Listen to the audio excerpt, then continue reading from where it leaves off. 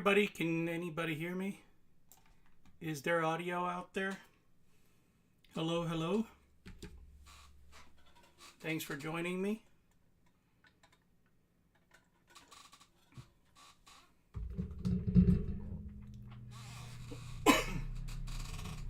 So I haven't streamed in a while. I hope I don't screw this up. I hope I am live, and I think I am.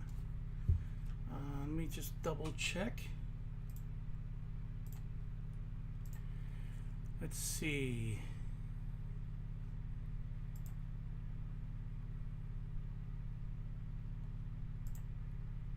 Yep, I think I am live. So I'm just going to get started. Feel free to jump in the chat if you have any questions. Let me put this away. Alright, so let's get started. I'm going to be building this Tamiya TT-02 chassis only. It is originally a Honda NSX kit, but I am only going to build the chassis. It's not very good at building bodies anyway. I can cut it out, but that's not going to be very entertaining. I think more importantly, I just want to show how to build the TT-02 chassis, and it's not that difficult, and anybody anybody who can use a screwdriver can pretty much do this. And I think this is one of the best starter RC car kits. So I hope this stream helps. But let's get started. Right off the bat, let me just show you what we're going to do. Like I said, this is the NSX kit. I am going to be building it. There's options for the TT-02. You can build either with the longer wheelbase or the shorter wheelbase. I'm going to be building the longer wheelbase, 257. I'm going to be building the standard height. The higher height you could probably use for like a rally car, but I'm going to be building the standard. And I am going to be building the wider width though, but most kits are still going to be the standard, but I think the NSX kit is actually a wide. So there we go.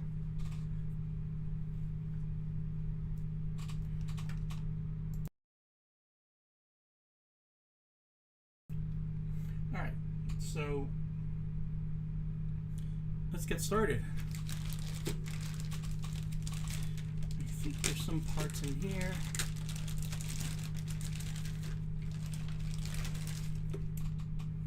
Okay. So my chair is kind of squeaky. Okay, so we need C5, and I haven't built this in quite a while. I haven't been building the TT-02. I don't remember the last time I built one.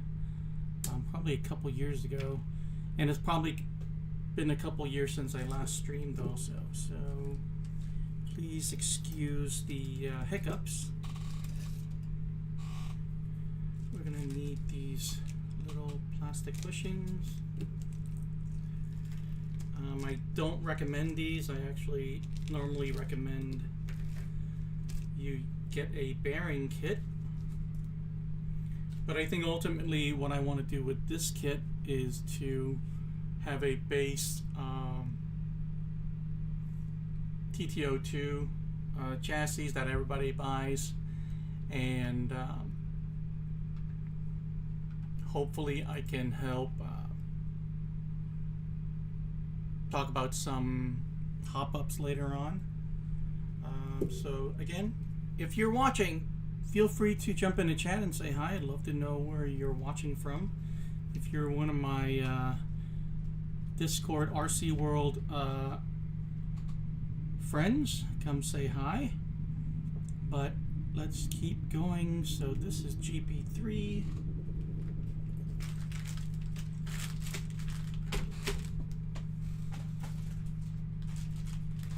I am probably not as well prepared as I should be, but I'm already a couple hours later than I wanted to be. So I just want to jump on as soon as possible. So I think this is going to be GP3.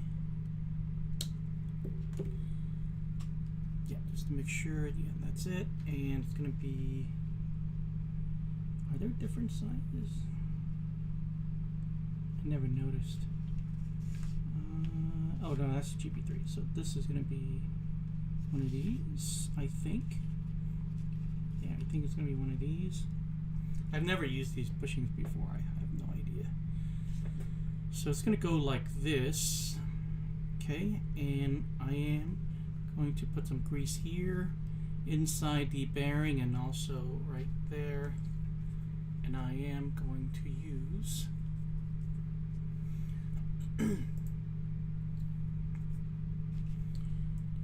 this is silicone grease. Using a syringe makes life easier. Also need to put some.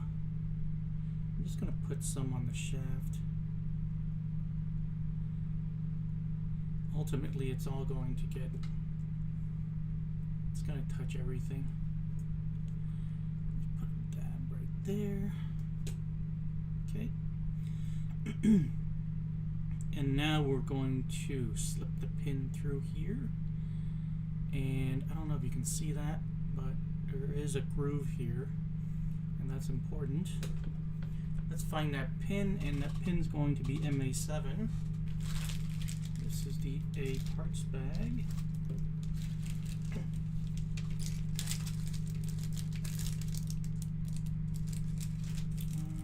Should be here. Let me break out the, whoops. Let me break out the,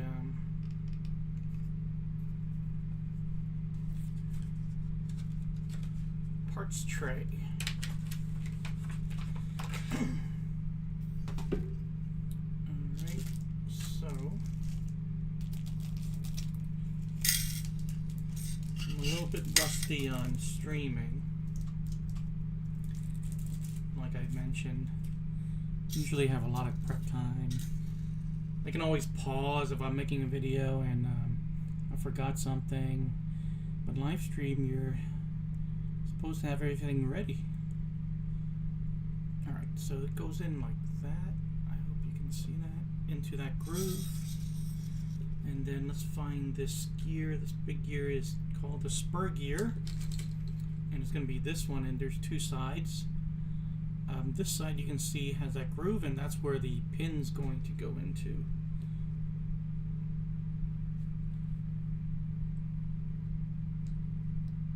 You just need to make sure that pin kind of slides into that groove and go all the way flush like that. Okay. Now we need another bearing. I'm just going to put some right here.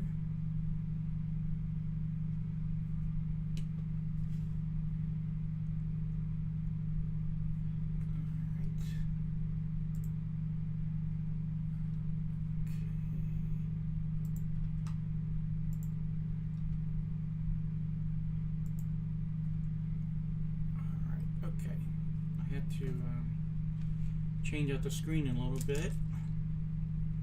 Alright, and I am also going to put a little bit right here.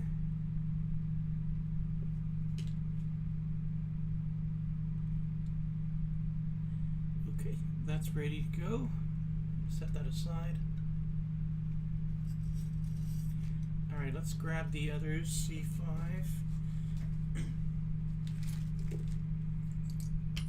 This right here.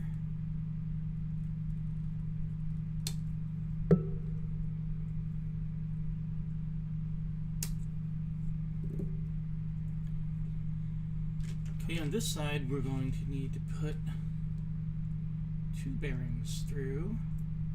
Oh, there's different size. Oh crap. There's different size of these bushings. That's my bad. I guess it has been a while, so this one and that one should have been the big ones. So let me take that apart. And it's going to be one of these.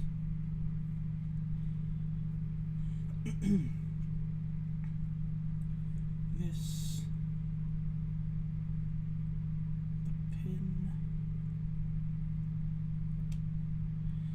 and spur gear.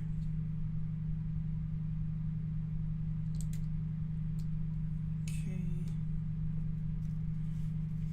this other bushing right here, and then the gear. Okay, no harm, no foul. Okay, we're good. Okay, so these are going to be also the bigger. It's hard to tell which one is which. And the bearings, it's very obvious. But these are a little bit more difficult to tell apart. So this is definitely a smaller one.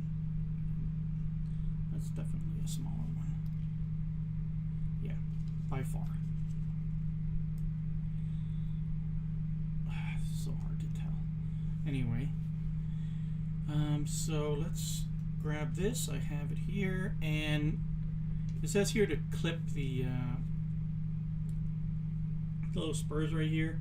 It's actually very important. I've had a friend put together one of these. This is his first kit, and he didn't do that well enough, and he actually did it for one of these. This is the axle that actually connects to the wheel, and the little spur actually kind of impeded the wheel a little bit. It wouldn't spin, so it is something to look out for. Okay, same thing.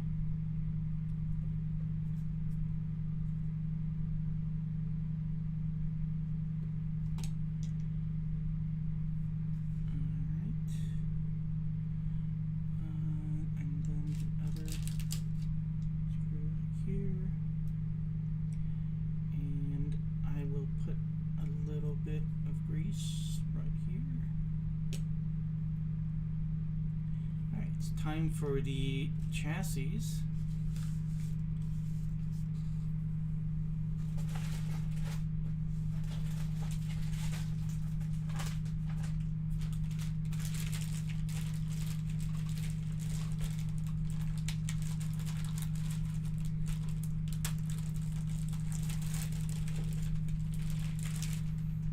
Okay, here we go.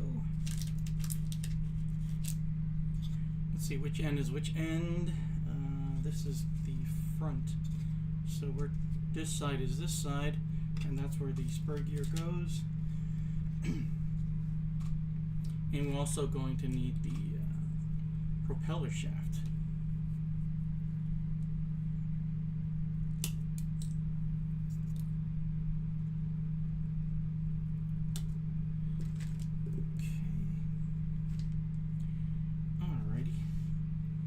So this end is going to be the front, so it's going to go in like this, and we're going to drop these two bushings into this groove right here and that one right there. So you'll see it, you'll feel it kind of sit down. So it's going to go like that, and then on the back side, this bushing and that bushing is going to go here and there. Really straightforward. Anybody can do this. Okay, so make sure this spins kind of freely. It does show that you should put grease here and here. I'm going to do that a little bit later. And if you do it now, you're likely to touch it and then get all over the place. It's really messy, so I usually like to do it later. We do need to find this piece D2.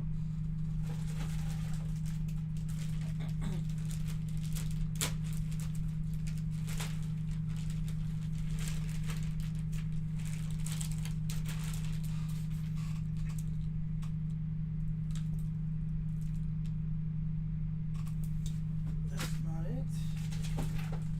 Should be this one. Yeah, it should be this tree right here.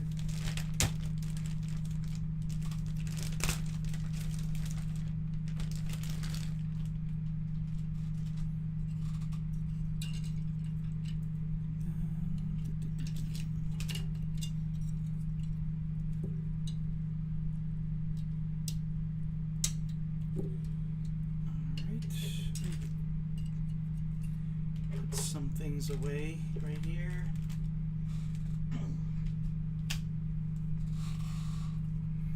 Okay, so this piece is going to protect this bearing or bushing right here, and it's going to go like this, or this bushing.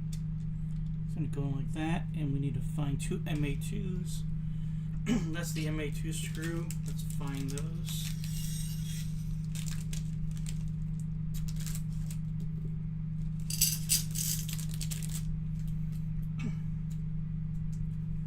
It should be one of these silver ones. Very, very common screw. You're going to be using a lot of these. So these screws are technically not Phillips head. They are JIS, Japanese Industrial Standard. Phillips head will work, especially for a TT-02 kit. This should be fine. I think if you're building something like a motorcycle or something, you probably should get the right bits and screwdrivers. Excuse me.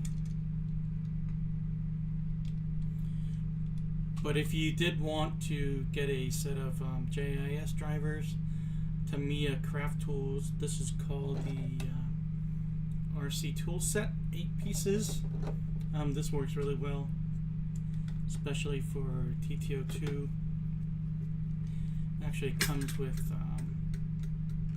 smaller JIS, a flathead, 3 sizes of hex, and then also the nut drivers as well.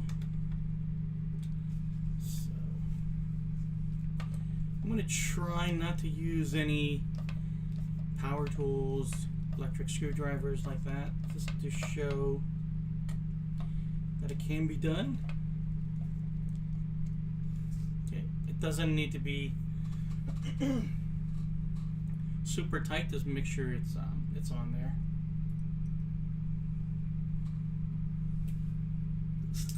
All right, I think we're done with 4 and 5. I'm not going to put on degrease yet. Let's get a little bit more organized.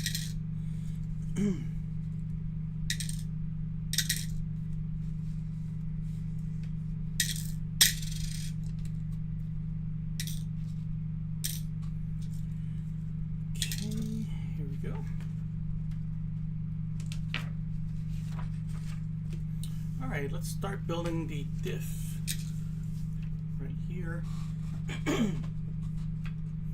And the diff, we're going to build 2 of these. It says here make 2, I think. Somewhere it says make 2. Anyway, so this is the diff body. And it helps here at this point if you had something kind of elevated with a small hole in it. It'll really help for you to hold it kind of steady. So we need to find these right here. We need to find the star shaft, the bevel gear, and then also the small bevel gear. They should all be in this right here, I believe. Yeah, these are the small ones. This is the large.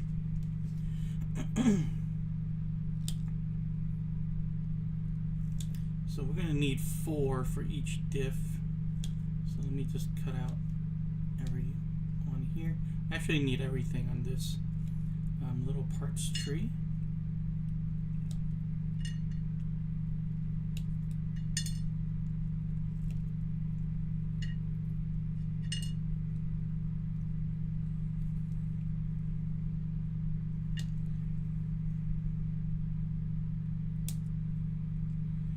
Normally on videos I get to fast forward this part, but since it's live, we're just gonna have to watch me cut parts out. Okay, so we're gonna put a little bit of grease just inside there, which is going to basically be the bottom side of this.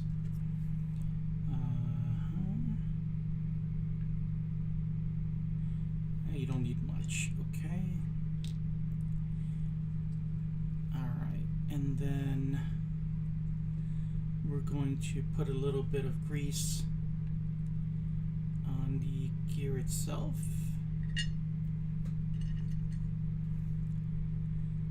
We just need to grease everything, basically. Let's put some grease here, there's here. And that's why I use a syringe. A little bit easier to, oops, not this one, this one.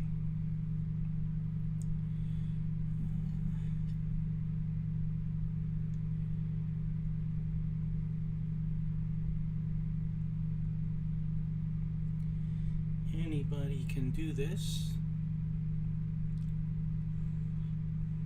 There. Okay, why is this not going yet? Okay, there we go. There we go.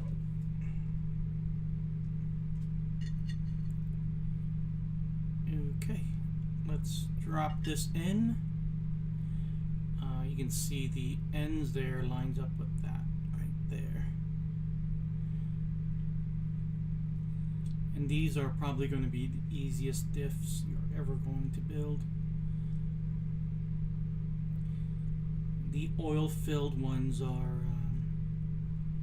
a lot more challenging.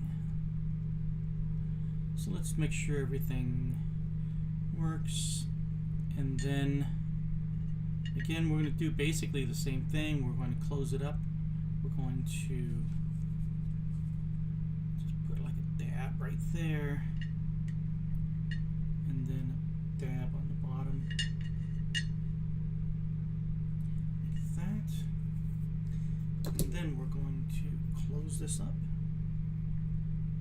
So these 4 tabs going to go into there,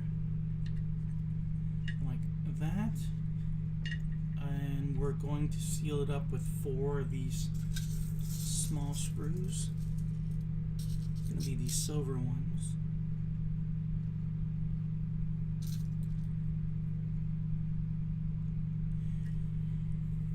This screwdriver will work, but I do have another set of kind of precision drivers that work a little bit better. A little bit less prone to strip the screws. I'm just going to get these 2 down.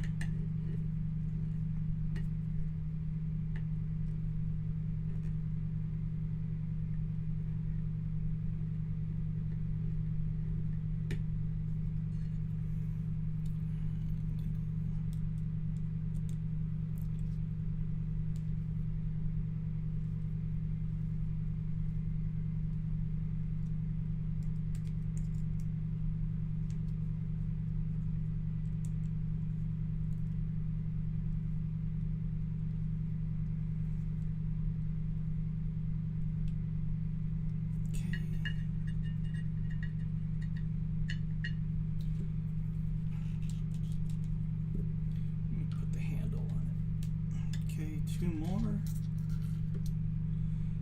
And you should do crisscross, and you shouldn't tighten everything on the first try. Whoops.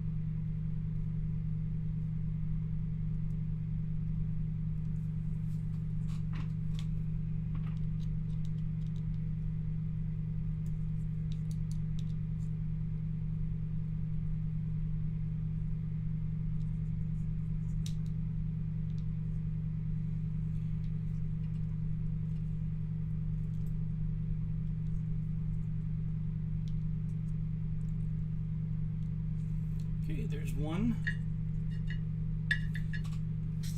Go ahead and grab the other one. Do exactly the same thing. Going to need that.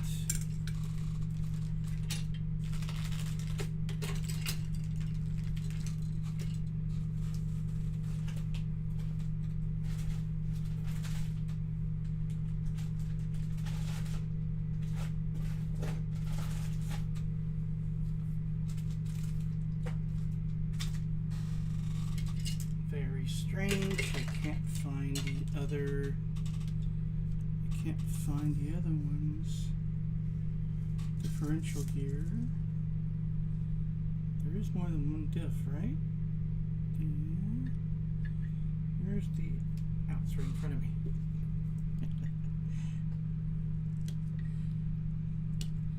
Getting senile.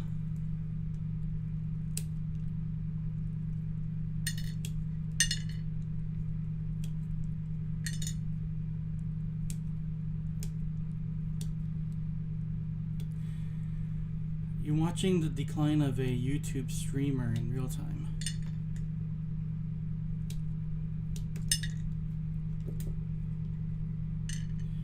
All right, so.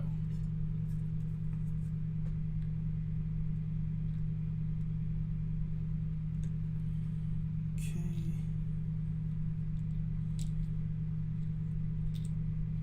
We do everything the same, put that gear in there. Going to assemble this.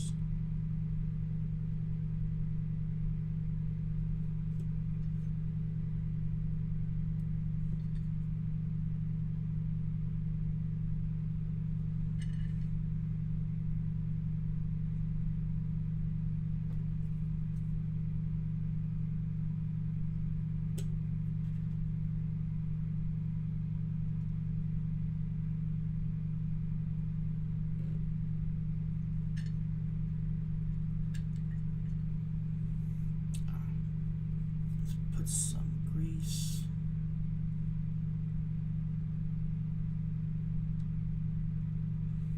There.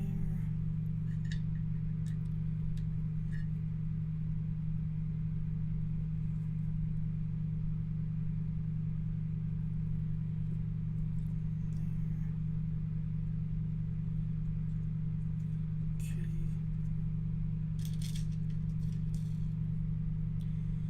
I'm not trying to speed run the build, but I do want to kind of do this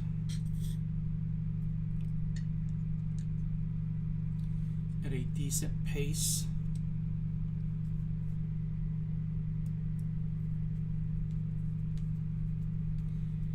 Makes it a little bit easier to follow when this becomes a VOD. If you're watching this as a VOD, hopefully I will put in chapters, timestamps of each major step, like I normally do with my build series videos.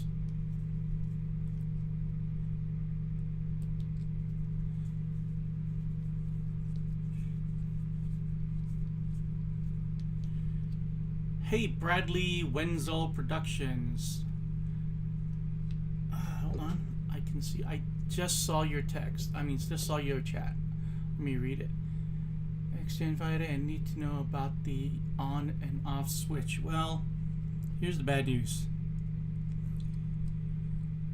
Well, first of all, I haven't solved it yet.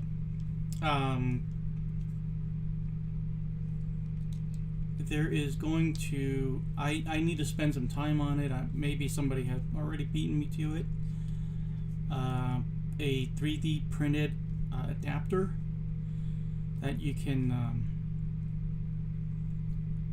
put the 1060 switch inside, and then it becomes a little outer enclosure, which is the same as a standard Tamiya ESC, like the TBLE02S.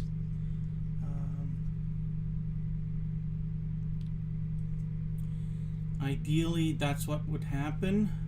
I think that's the best solution. I did order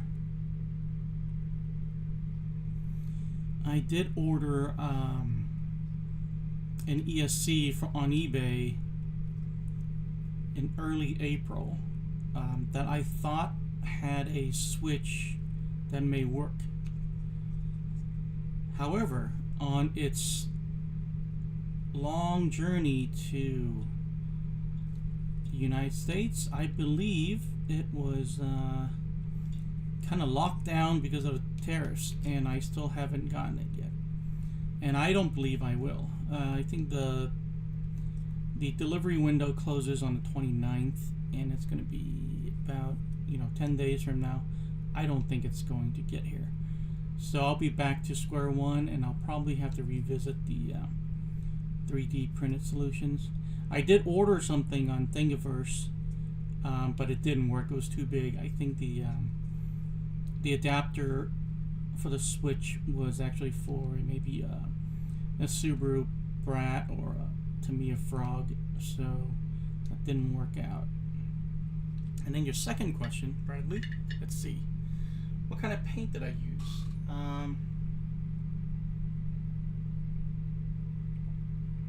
I don't have the specific numbers of the paint. I'm trying to remember. I think I used rattle can for everything. So I bought the flesh color in rattle can, the white, and I think I got everything. Yeah, I'm pretty sure. Let me grab the.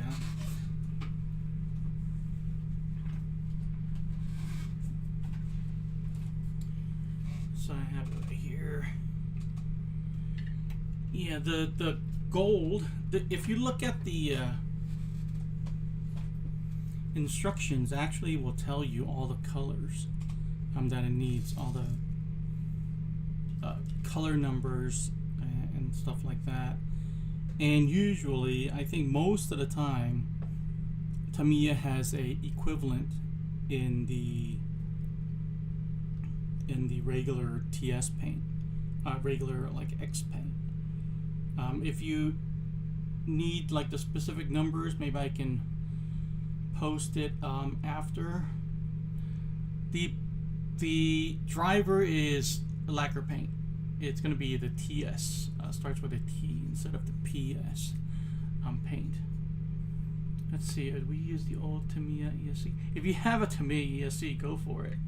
That is the best way. I mean, you don't have to wait for any 3D printers, anything like that. You don't have to do anything fancy. I have a couple Tamiya ESC that I saved, but they are very collectible. If you look on eBay right now, they're going for like $60, $80 for something that used to come free in the kit.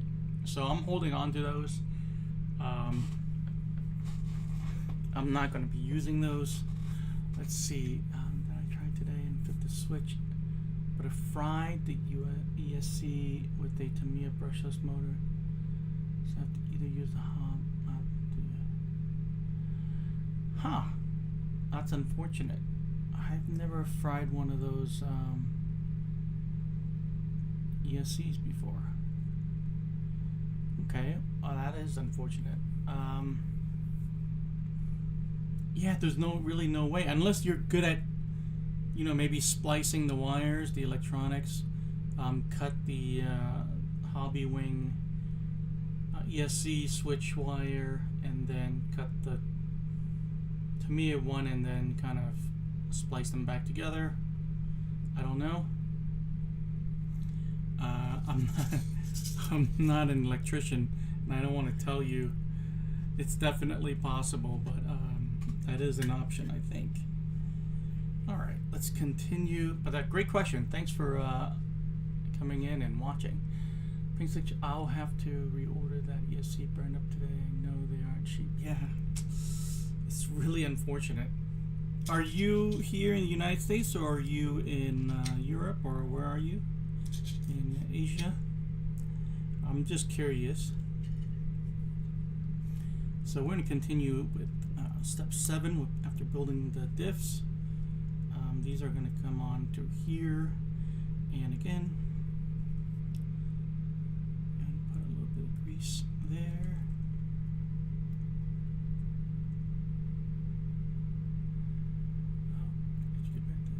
Oh, Michigan, nice. Almost dinner time.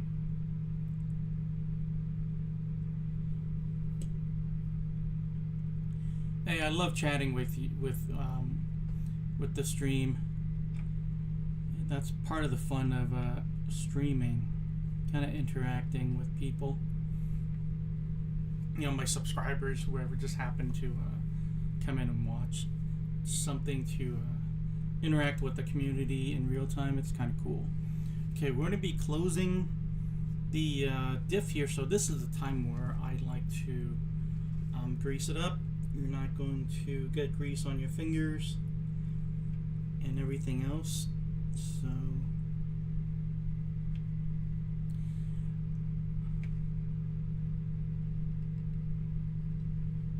very cool.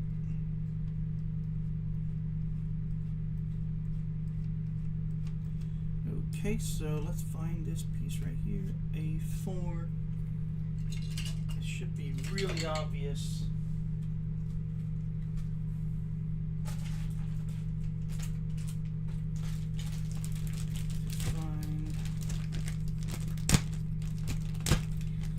Little bit out of practice. Cool. Thank you. Thanks for watching. Bradley, thanks for hanging out in the chat with me. All right.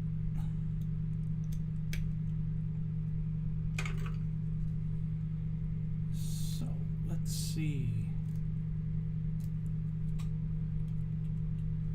Yeah, if anybody else have a question, I'd be happy to answer about Tamiya. I don't know everything, so if it's narrowly in the Tamiya realm, I might Tamiya RC realm, I might be able to answer it. If it's in the TT-02 category, I'm even more likely to be able to answer. But it all depends.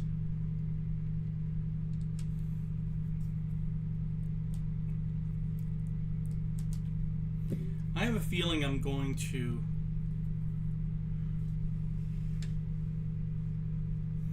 break out the electric screwdriver a little bit later in the stream.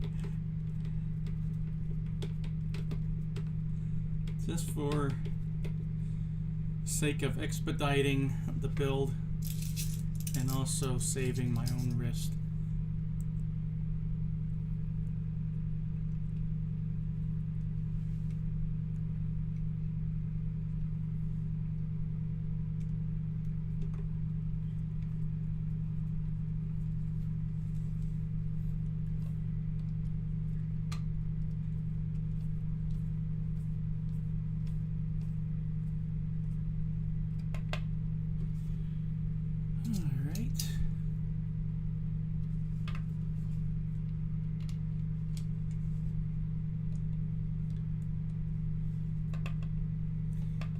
I think this is a great kit to do a live stream with. One, I'm pretty familiar with this chassis, and two, it's pretty easy to build. If I did this with the TA-08, I would have been like a 2-day stream probably. I had some trouble with that kit, but I got it, and it's a great car. The TA-08 is a great chassis. I'm really enjoying driving it and putting hop-ups in. It's been a lot of fun.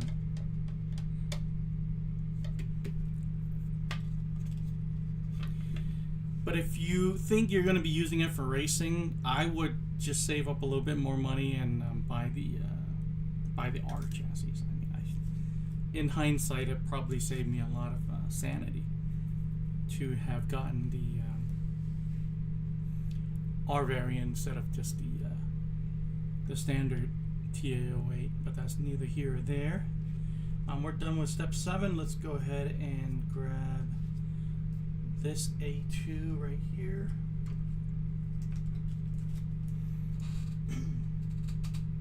Should be this piece. It should be this one. Yep.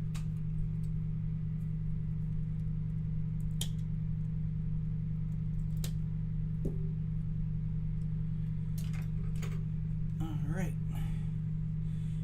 Hey, if you're watching the stream, you want to say hi, go ahead and say hi in the chat. Let me know where you're watching from. I'd love to hear from you. So it sits down like this, and again, same thing.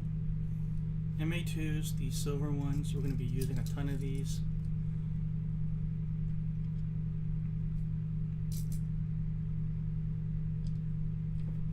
This is where I cannot fast forward. But again, I want to show that this can be done with just a screwdriver. You don't need any special tools.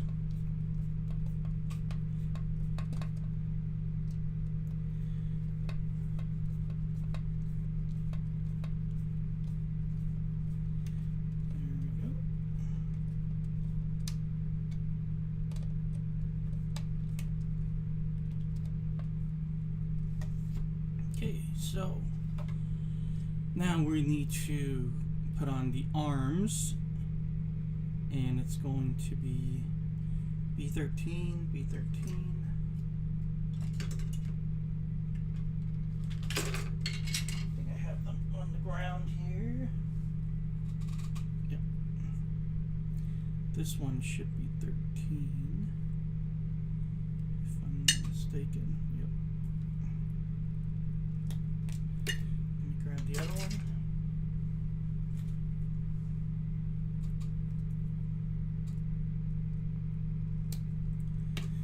And let me take a sip of water.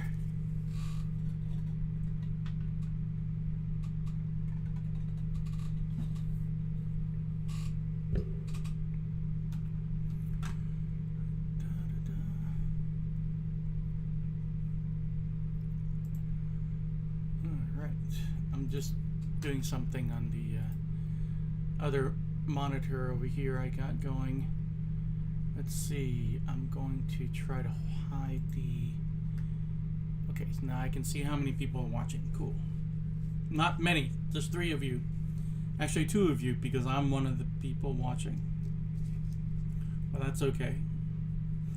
It'll become a VOD and somebody will watch it another time. So we got the B13s right here. Let's go ahead and find these suspension balls, and I believe they're here. I think it's these 2 right there. I'm like pretty sure that these are the suspension balls. It's been a while.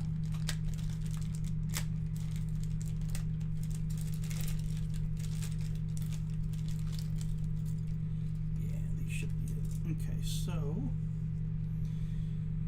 I'm going to push these through. And didn't even need any tools to do that.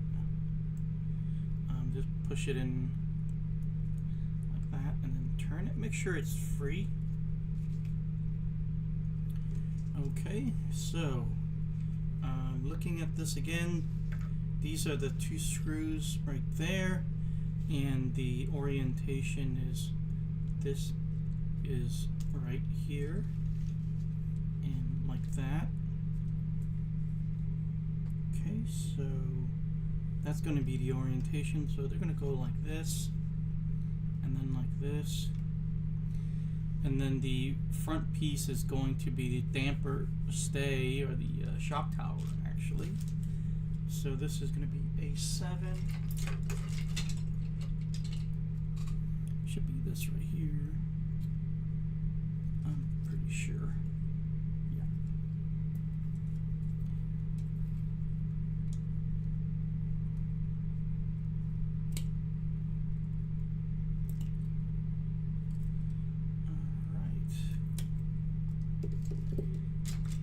Go, and this is going to go on like this, I believe. Yeah, it's going to go on like this, and then we're going to put 2 screws right there. The before we do that, we need to put some grease. And okay, so let's do that. It's not okay. So a little bit here, a little bit there.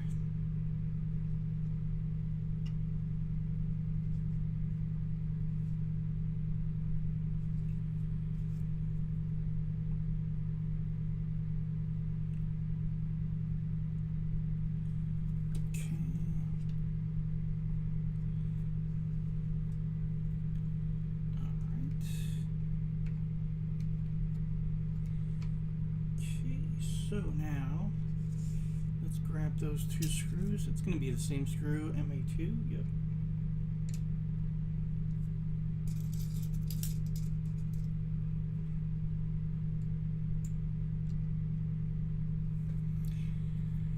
I'm going to use my left hand.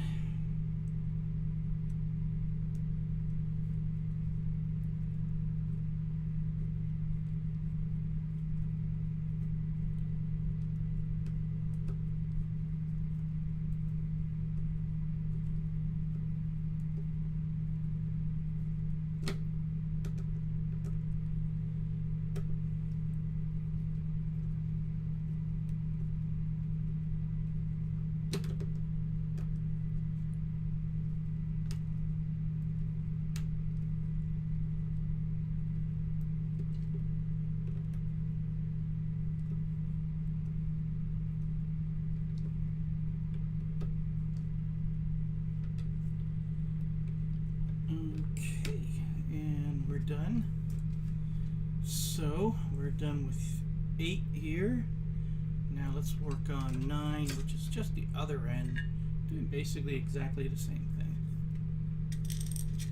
So we need these two, and we also need the cover, which should be right here.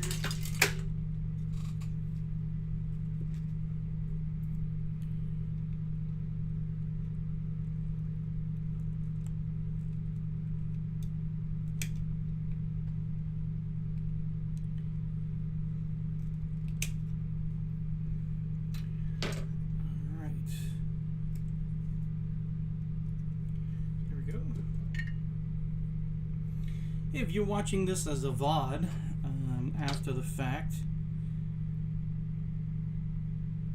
let me know if this kind of video is helpful. What else would you like to see maybe on stream? I mean, on the videos itself, you know, the build series videos, I can stop. You know, I can explain things. I can cut, edit, you know, things like that, so everything makes sense. But if there's something I can do differently on the stream itself, please let me know. I'd love to keep streaming. I enjoy it. I enjoy it for several reasons. You know, I get to interact with community in real time. That's the biggest one. And then also I enjoy it because I don't have to do any editing after the fact. That's a big plus for me. I'm not good at editing, and obviously my channel's not big enough to hire an editor. Sometimes videos could have come out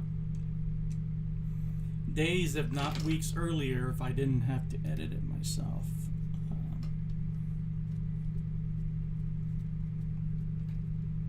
And what I enjoy also about streaming is I can build the kit kind of in, you know,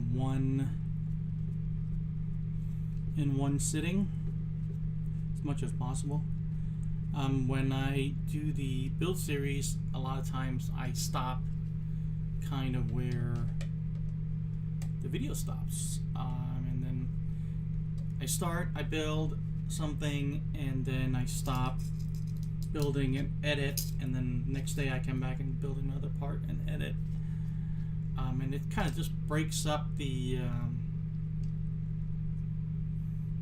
flow. I don't really get to enjoy building it. I did something a little bit differently for the TT-08 kit.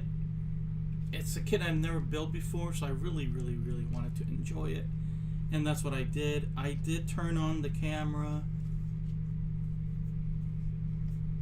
when I was building it, but I didn't speak, I didn't narrate anything.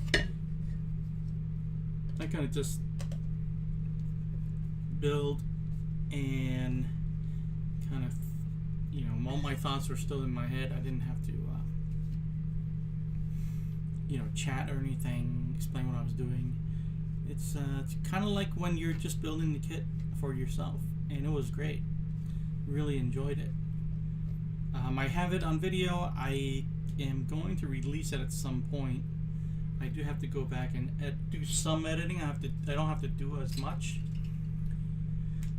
If I really wanted it to be kind of consumer friendly, easier to consume, I would do some voiceover, at least intermittently, to kind of explain what I'm doing, or I can just keep it as like silent video, ASMR type. It really just depends how much effort I want to put into it.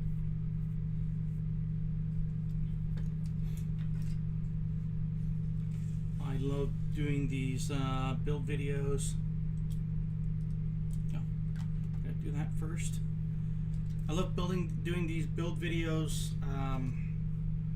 because I think and I hope it helps more people to jump into the hobby, and that's always a great thing. I hope I can kind of help show that this is the correct piece. I might have grabbed the wrong piece. Yeah, I grabbed the wrong one. It's this one.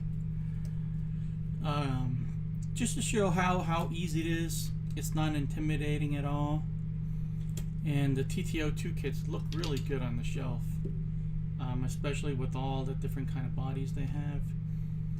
You might see a favorite car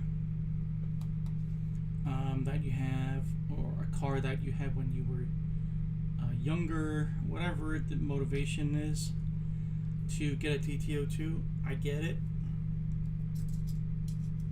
They're easier to build than most. There are some easier kits. I won't say this is the easiest. Even within Tamiya, they have the comic series, and those are, you know, basically, you know, made for younger enthusiasts. I think anybody who can turn a screwdriver will be able to build this kit, and and I think I'm going to show that it really is not difficult. You know, you can just follow along, and I'll point out a few things throughout the stream.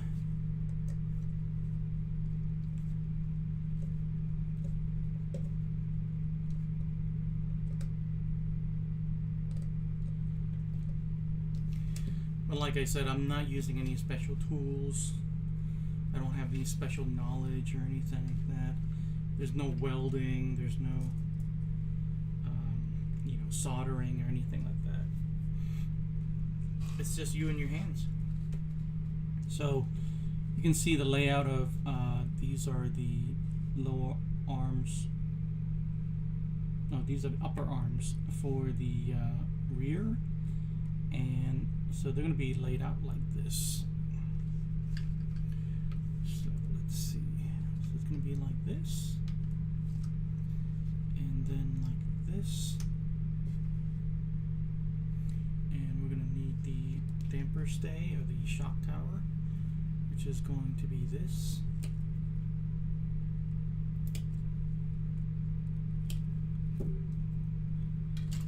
One day I want to do two different streams, two totally different streams. One day I want to do a speed run stream where I try to build a TT-02 as fast as possible, minus the body. You can't. I don't have the facilities to paint the body midstream, and it takes me personally, it takes me like 2 days to paint a body, just because I let things dry so thoroughly before I move on. It's just one of those things I picked up over the years. Alright, there we go. The shock tower goes like that. I'm going to put 2 screws here and there. Still the same screws.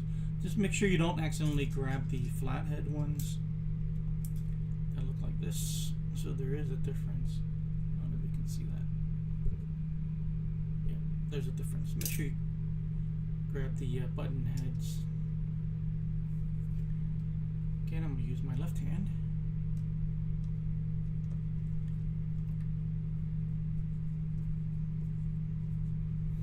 I see we're moving on to the motor next. How exciting.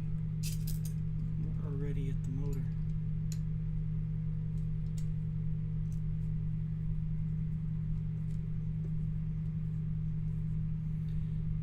See how long we've been streaming.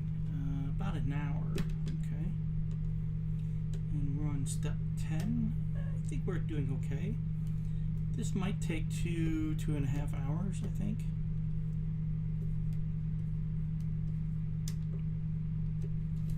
I'm not getting hungry yet. I do have water, and I do have a Kit Kat bar if I start getting hungry.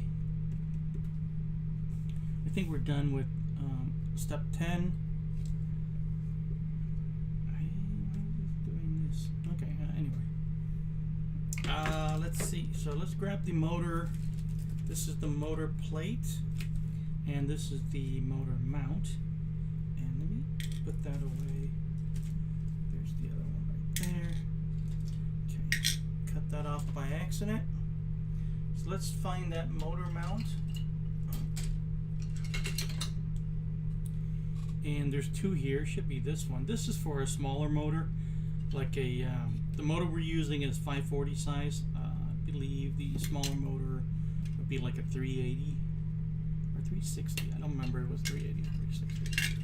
But anyway, a smaller diameter motor. All right, let me grab that motor.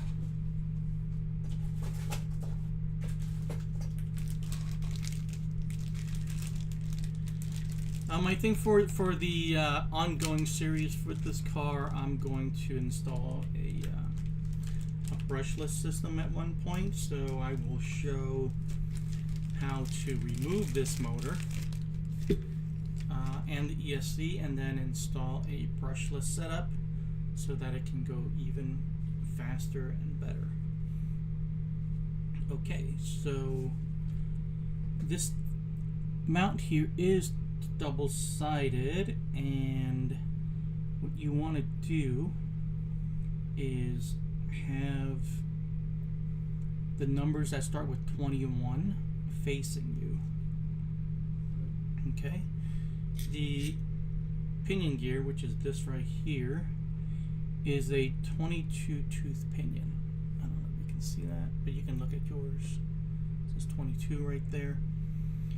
So the corresponding kind of mounting position is that hole right there, and then of course the one across from it. If you have the mount pointing this way, the gear mesh won't be done properly. If you had a smaller pinion gear, maybe a 20 or an 18, then you would definitely flip it over to this side. If you have a higher tooth pinion, I think this one goes to 25, 22, 23, 24, 25. Then you know you just move the position. So let's grab those screws first. This is going to be a little bit different screw. You see how it's shaded. This is going to be one of the darker screws, and the thread is going to be a lot tighter. So this is going to be this one right here. It's more. It looks more like a machine screw rather than a tapping screw. Like, I don't know if you can tell the difference. This is a lot. The threads are a lot more fine than this one right here. So we're going to be using that, and like I said, we're going to be using hole 22, which is going to be this one right here. It's going to be like this. Okay, and then we need to catch these two holes. So I believe I'd like to have the label showing. This is the bottom. This is going to go onto the chassis. So we go like this. Most of the label is going to be hidden, I believe. Yeah, actually, you know, it's going to be tilted like this. If I did it this way, I think I'm going to do it this way. I kind of like to show the label. Oh, can't forget the motor plate, which is this little kind of cardboard little washer here. It's basically just like a heat. The motors don't get hot enough to melt plastic, but it's just like a little shield. Okay, again, it's going to be 22.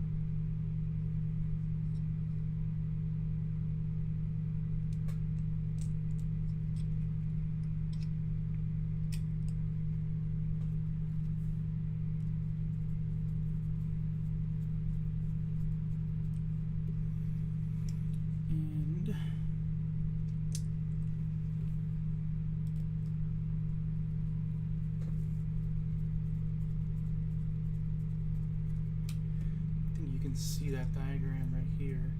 That's the hole that you want to use.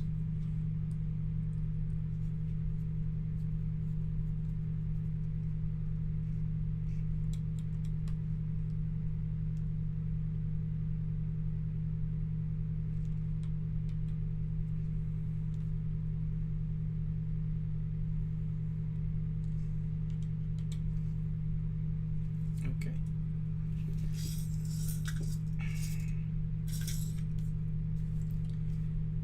That away,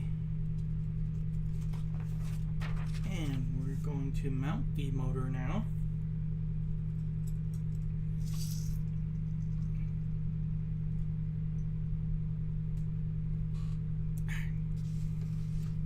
Okay, we're going to put on the pinion gear first, and this kit did come with a very tiny Allen wrench, and there's a little screw like this. This is called a grub screw or set screw. And what this does is going to go through this hole right here in the pinion gear. That hole right there. And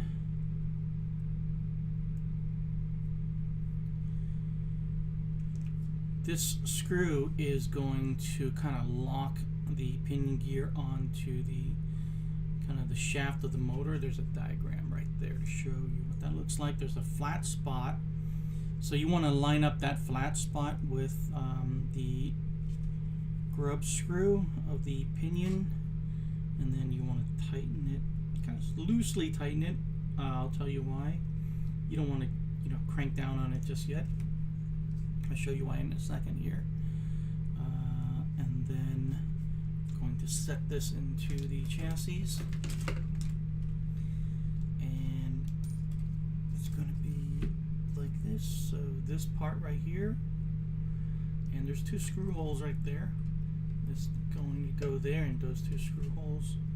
So it's kind of like a little slot, and you just drop it in there, And the reason why you don't want to tighten that grub screw just yet is you want to make sure the alignment, as much as possible, the entire pinion gear line up with the spur gear.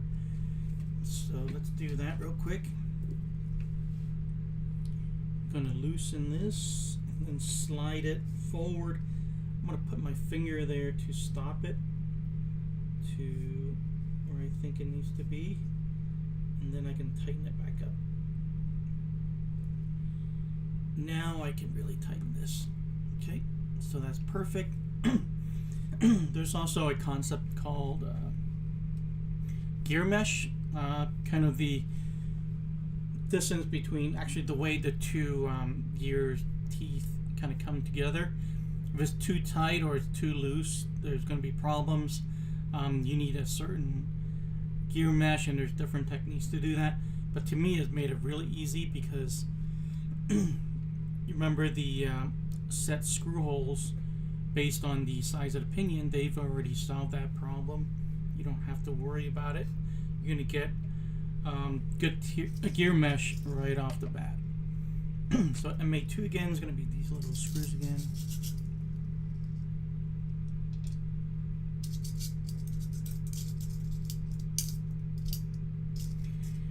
Hey everybody watching the stream, you want to say hi?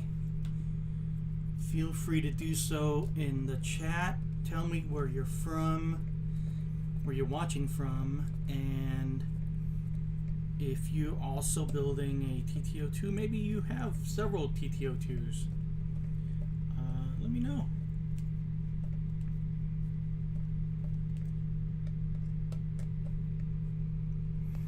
Maybe you're just looking into building your first RC car. That's also great. Everybody is welcome. Oops. Okay, so there we go. And there's the spur gear cover. And before we do that, I'm going to put on the the grease that we were supposed to put on the pinion and the spur gear. So now is the time that I would do this.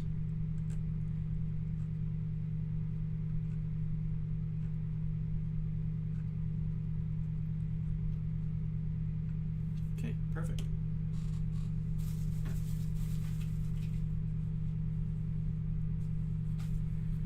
Okay, let's grab that spur gear cover right here.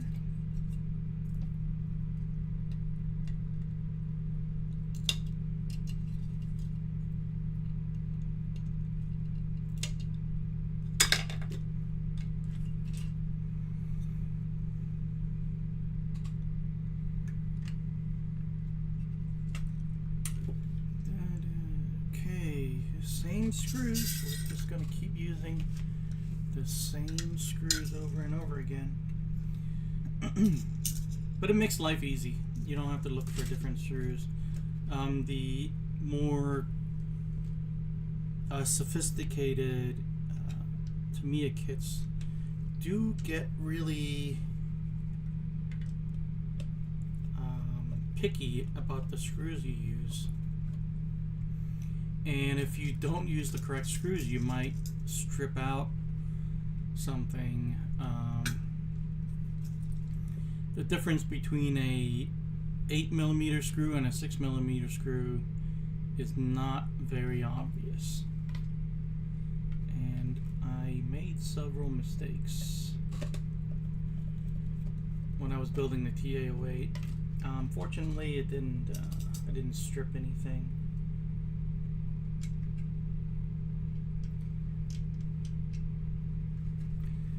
When I was putting on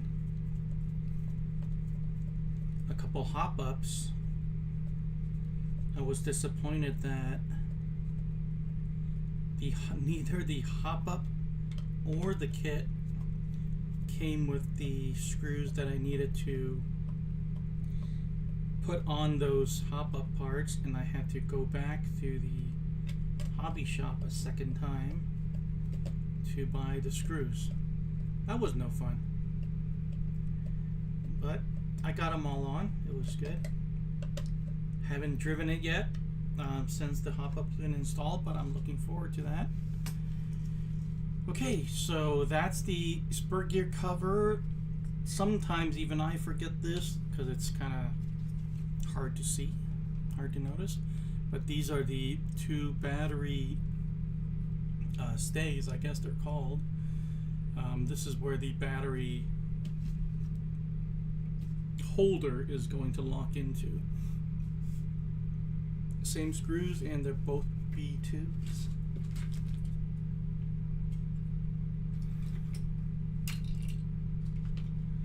I should probably memorize which tree is which by now, but I haven't.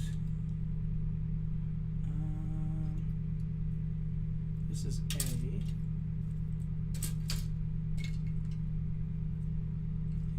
Is this B? Yes, this is B. Where the heck is it? Oh, there it is. I forgot it's the rubbery plastic.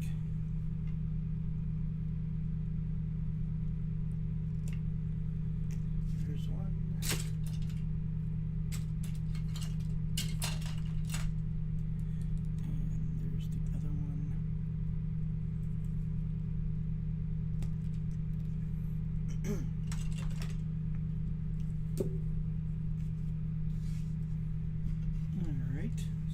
Going to go like this, kind of point it in, and this one's going to go like this, I believe. Yeah, let's tighten those down. Should just make sure. Let's see, so let's do that. I'm just going to make sure that is correct. Yep. Okay. So these are going to be the same screws, I thought it might be the flathead screws, but it's not. So let's grab that. Because these are still kind of recessed. That's why it's not the flathead just yet.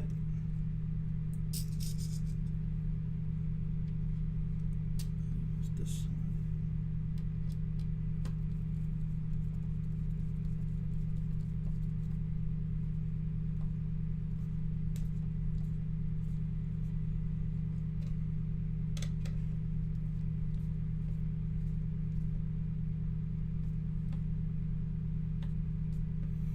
Okay, so I think now we're done with step 12.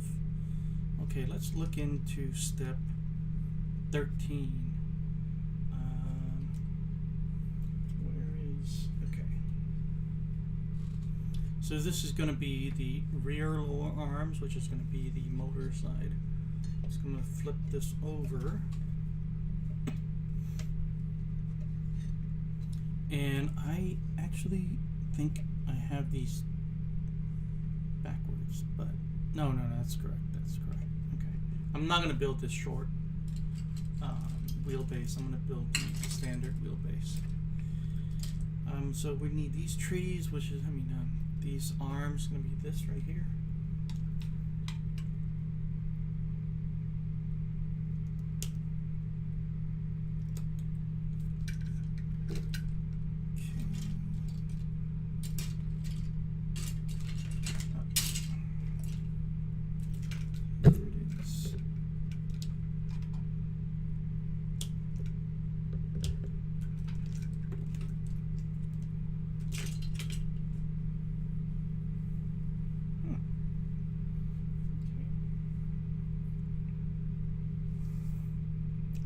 Just noticed that the stream's a little bit blurry. I wonder if there's something in the lens, or it's just the current streaming bit rate. Who knows? Okay, so let's make sure we have these right. The Tamiya logo is going to be facing the chassis. It's going to be on the chassis side. So it's going to go like this, like that. And the suspension arm mount is going to be the piece that I cut out already. It's going to be this right here. It's going to go this way, and it's going to go like this. And then there's going to be a screw right there, I believe. Yep. Okay, so let's put some grease on. I think this is where you can just squeeze it into the hole. Okay.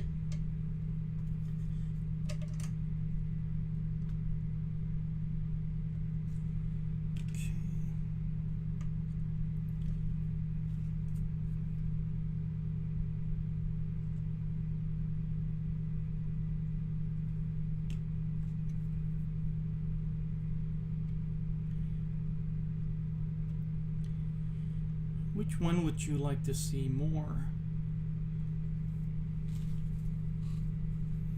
A TT-02 speed run or a TT-02 without a manual?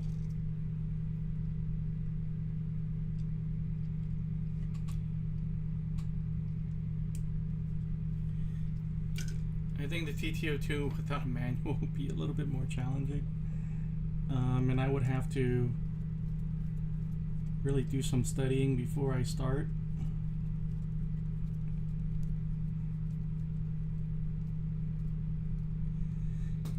If I did that today, I wouldn't be able to do it. I haven't built a TT-02 in a little while, and I wouldn't have been able to build this without looking at a manual for sure. So now we need to put this piece on, which is B8. And it should be this piece right here.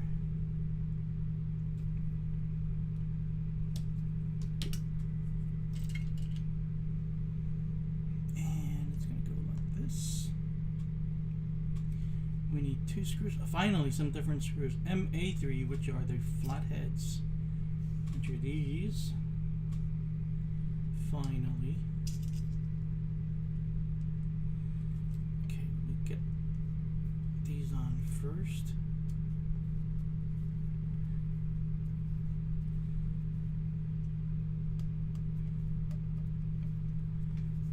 Okay. Move this over. I don't think there's anything wrong with the lens. I think it's just a bit rate, because on the other monitor over there, here, I have it on my OBS and I can see the screen is very clear. So hopefully when it becomes a VOD, the video quality will improve. Right now it's just streaming at whatever YouTube wants to stream. A bit of insomnia tonight, so I thought I would stop by to watch a little and say hello from Norway. Hey, thanks for watching, Toby. Appreciate it. Are you a Tamiya fan? Do you have a TT-02? Are you a big RC enthusiast?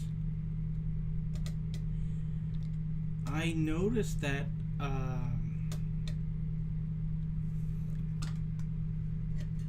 RC community is quite good in Europe. Probably a lot, percentage-wise, feels like a lot more people are into RC in Europe than it is in America.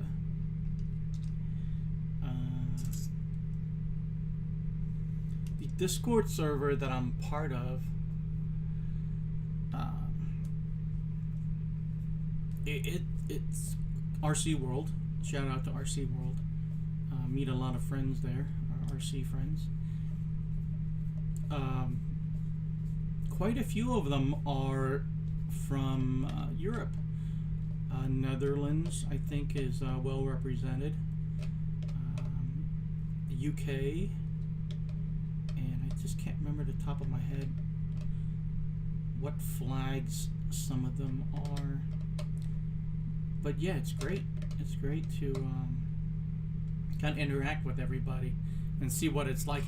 I had a chat with a gentleman from Australia the other night, and he was a sponsored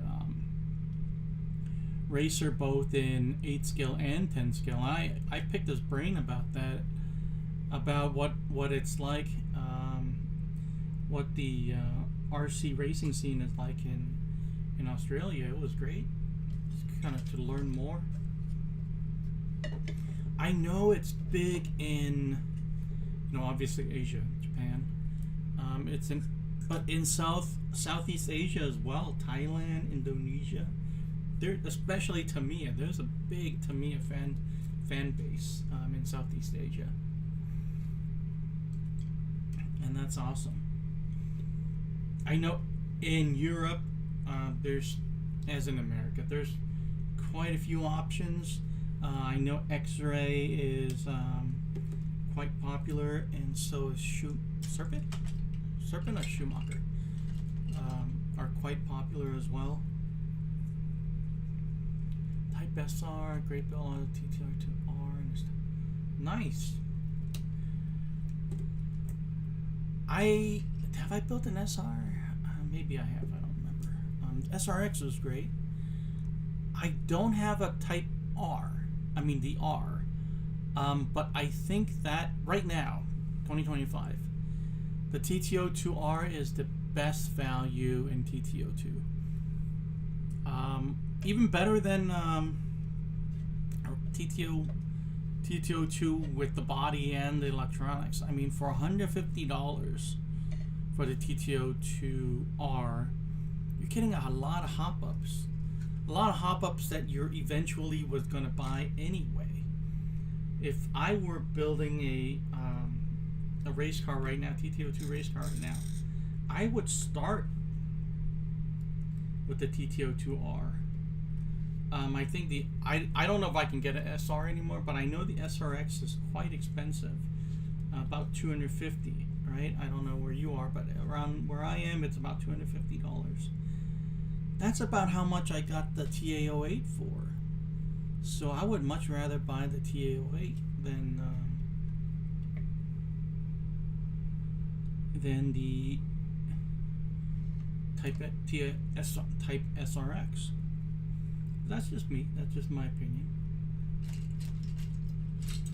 I mean, I have love for the SRX. Let's see. I think the technology difference between the TT-02 and the TT-02 Type SRX is, I don't want to say too far apart, but it's really like a whole different level. I think that the R and even the RR, it's still pretty similar to the standard TT-02, but the SRX is just like a whole different car. Let's grab that. The R was where I started for those exact reasons. Yeah, exactly. I mean, it's such a great deal.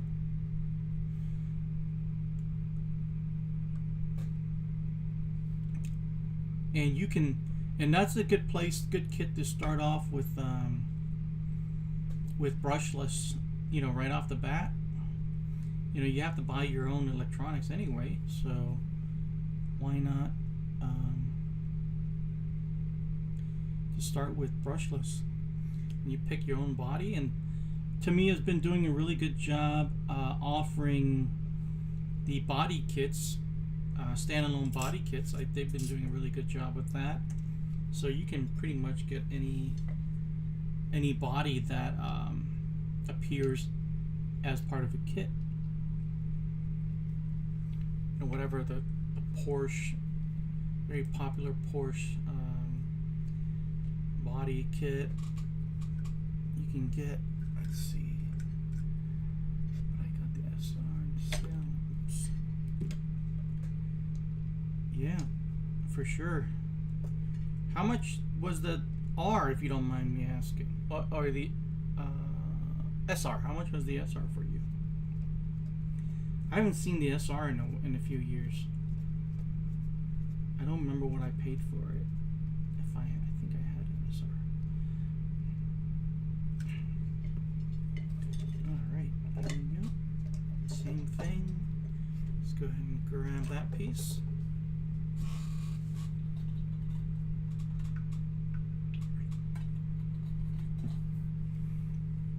But hey, Toby, if you're looking for kind of the next level in race cars, the TT-08 is a lot of fun.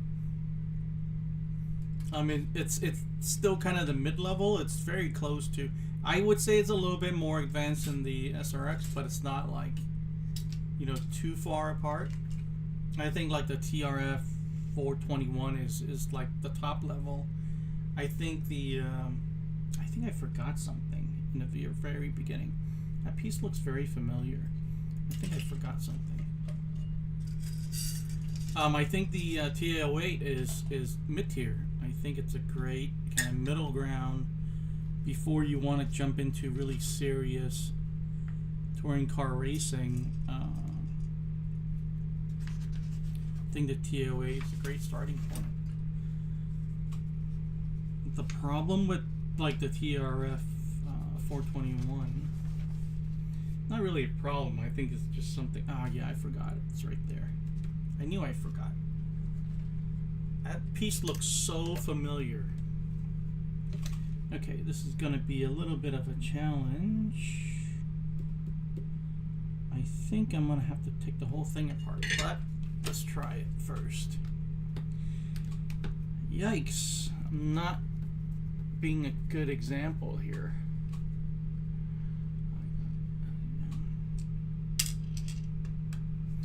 I am not doing a good job. As soon as I saw that piece, I recognized it and I was like, oh no. I can't remember how this goes. I think I can take it.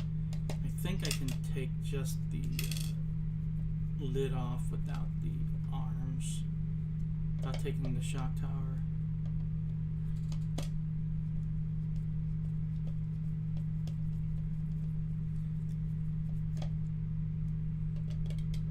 Hey, it happens.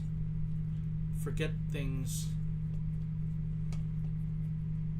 And I probably have forgotten it more than once.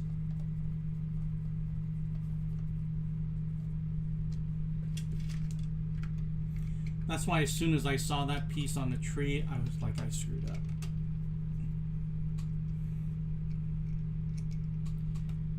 I screwed up.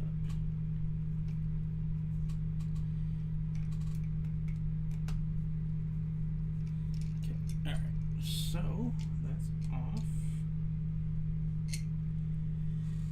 Let's cut this out. Let's grab that.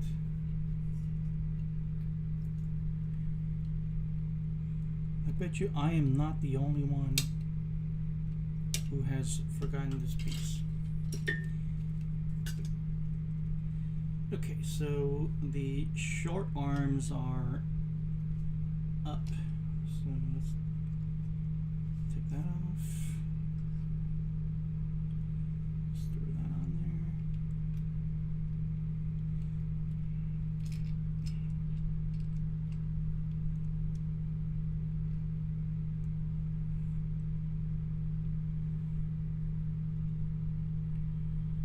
Line up the bushing. There we go. Okay. Okay, no harm, no foul.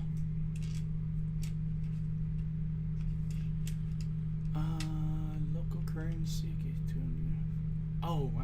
Okay. Okay.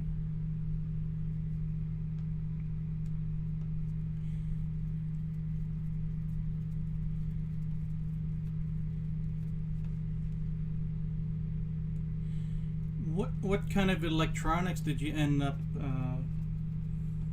putting into the R or the SR, whichever one you built most recently?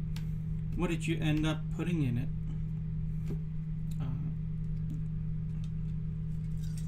And what are you doing with the car? Are you racing with it? Are you just bashing it like Like, it seems like you would buy the SR for maybe some club racing or something.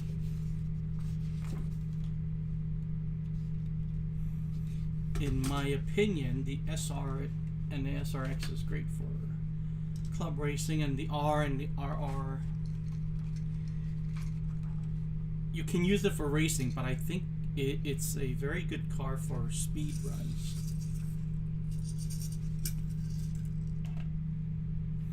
If I were going to do some speed runs with the TT-02, I would pick the RR instead of the SRX. Okay. No harm, no foul. We're back. Didn't have to disassemble too much.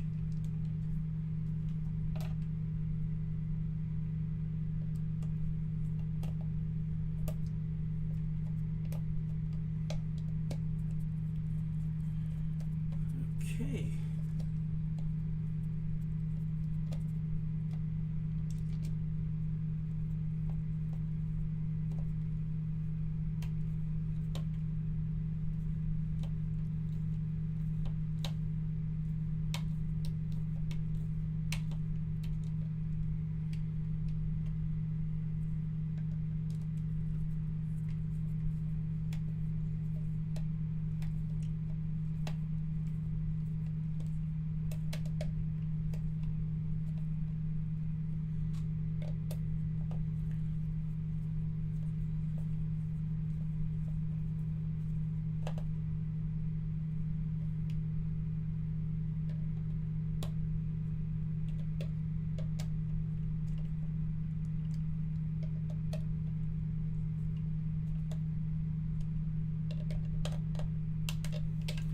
Alright, let's go back.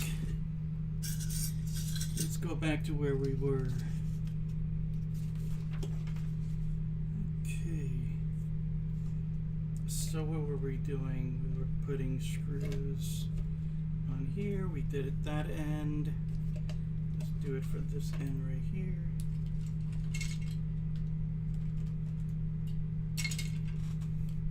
That's not it.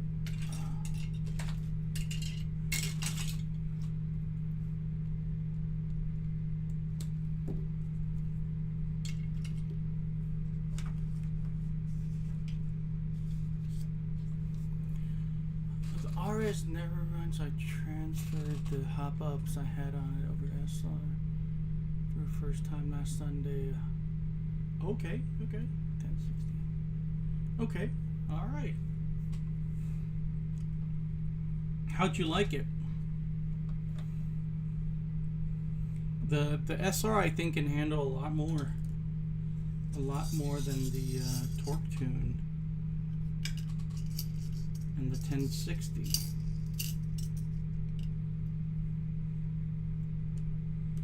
Hobbywing makes great electronics. I think pretty much all of my brushless systems are Hobbywing.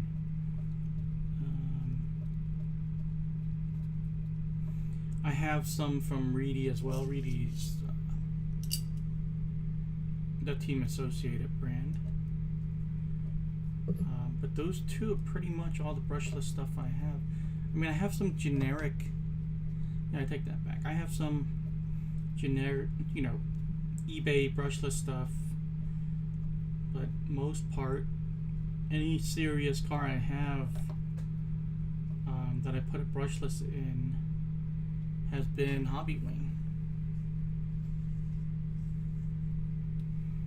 So that's that. There's this, 2 screws in the front right here.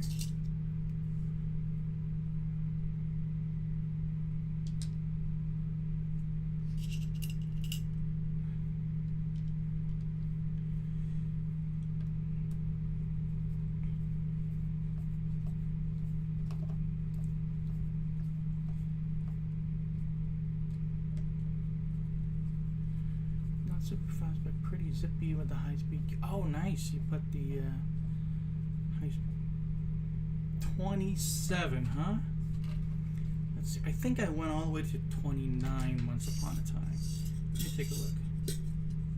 So I'm just having this conversation with you Nothing to do with the stream right now. I'm just going with chatting with you here. Okay, so you went all the way up to 27, and you had the high-speed gear set. It's not even on here. So I think you got to the 6s, right? At least. I think you got at least to the. I thought there was a better chart than that. Anyway, that's awesome. Did you get the? I think it's 64. Did you get the 64 tooth spur gear? You can gear it down even more with your setup right now. I think. Don't quote me, but I think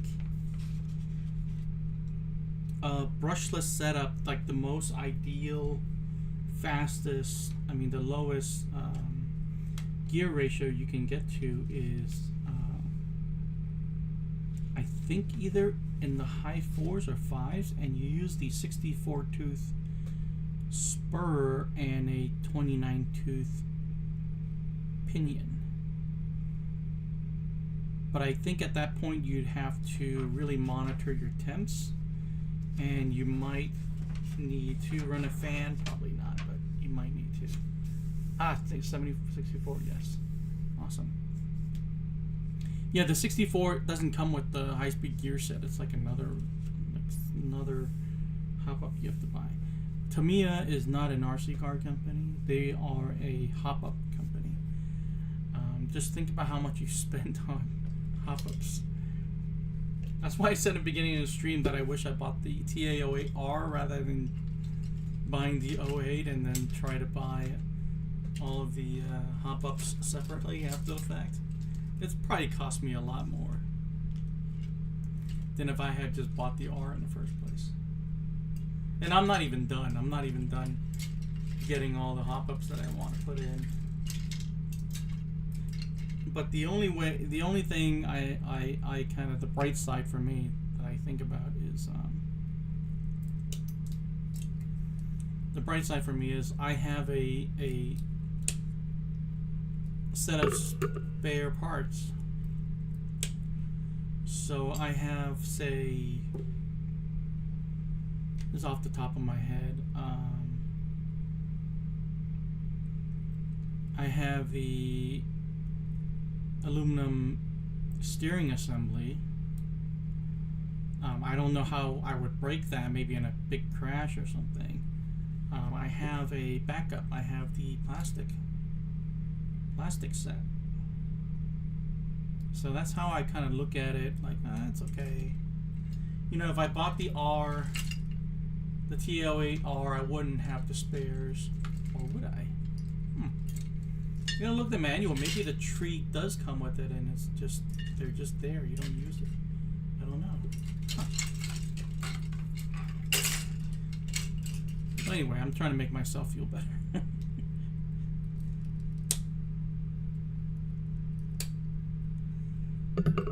But I'm sure it didn't come with the extra front diff, right?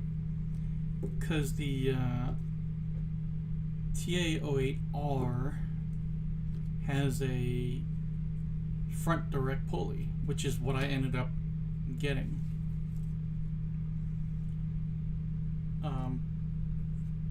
But I don't think the R would have like an extra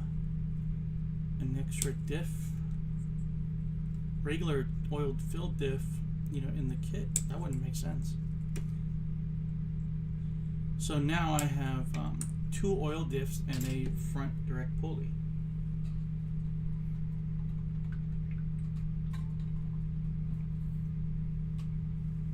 So in the rear, I have one diff that is already 3,000 weight diff oil. The front diff that I built has a 10,000 diff oil in it. Obviously that wouldn't work for the front, for the rear.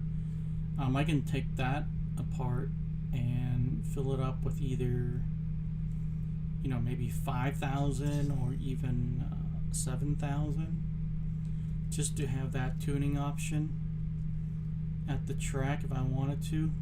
Just one more thing you can tune with.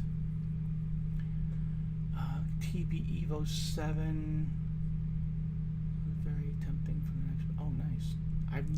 Hold on. Let me pull that up. TB Evo.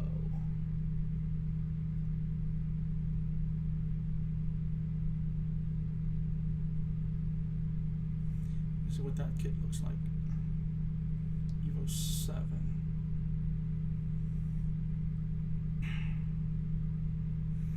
I don't think I've ever seen a TB chassis at all. Oh, okay. It's shaft driven, right? The TBs are shaft driven. Yeah, it's shaft driven. Very cool.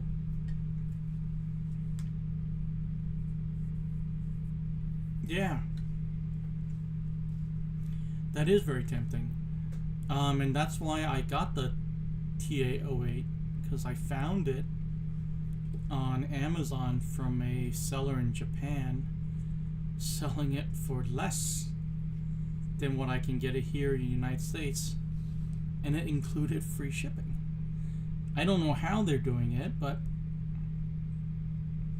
I bought one before I asked any questions. That's really cool. Yeah, ultimately, I do want to step up to the TRF 421, maybe 422 by the time it comes out. By the time I'm ready to switch. I am looking to kind of step up to where I am in terms of racing. Let's see, which one's the front? This is the front right here.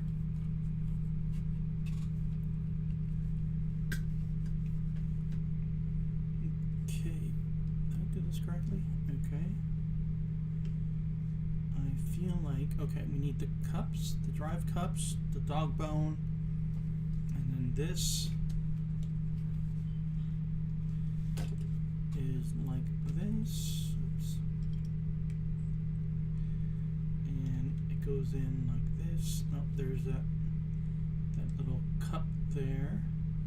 And then the kingpin, top and bottom. But first, let's put the cups in first. The drive cups, C2. Let's see where they are. Should be these two right here.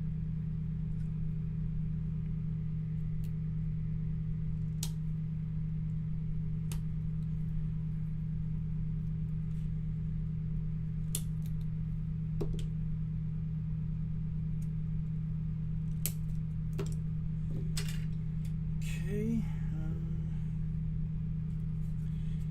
I don't think I'm going to need any more grease before this kit is finished, but you never know. So we're going to push these drive cups and turn it until it goes all the way inside.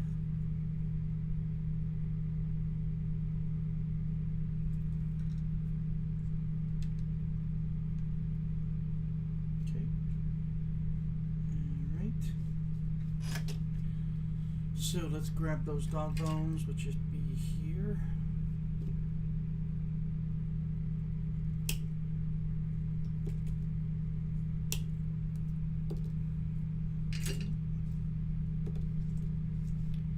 So let's grab this piece right here, and that one, A8, 810, and 8.6. So we need all three pieces. And I believe this is it right here. This is 8. This is 10. And this is 6 right here.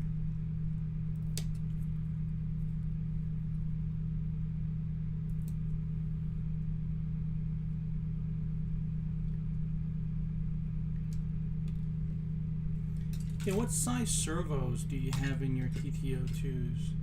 Do you have standard size or do you have low profile?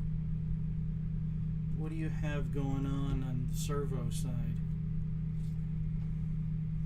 Okay, so this one is going to go on top of here with the, are we at B parts bag? We're at B parts bag already. I didn't notice. I noticed we have a little bit shorter screws, that's why I looked.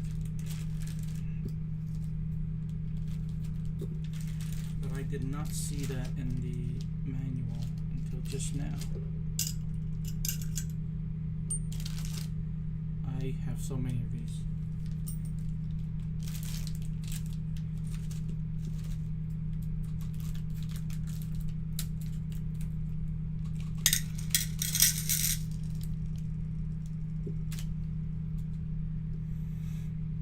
Okay, so it's going to be MB8. It's kind of the hex head screws, easy to spot. It's going to be one, and then another one here. And again, the top is going to be here. This piece right here on top of the arm. It's going to be like this. Okay. So we need to have grease inside both cups. Well, I'll just do it here. I usually put it inside the cup. Some here.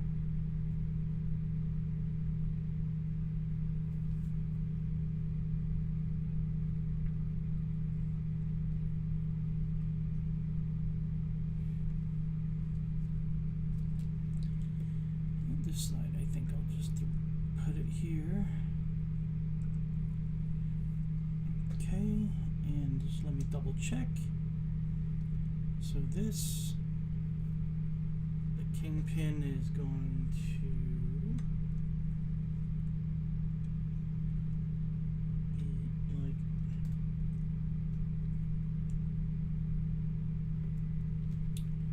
what is wrong?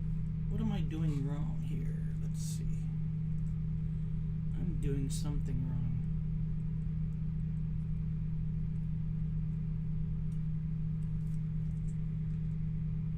It's not going in. Okay, there we go.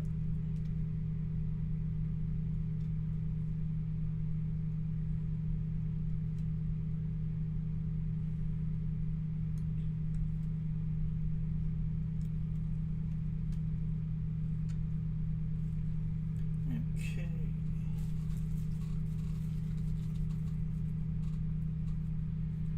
Let's see.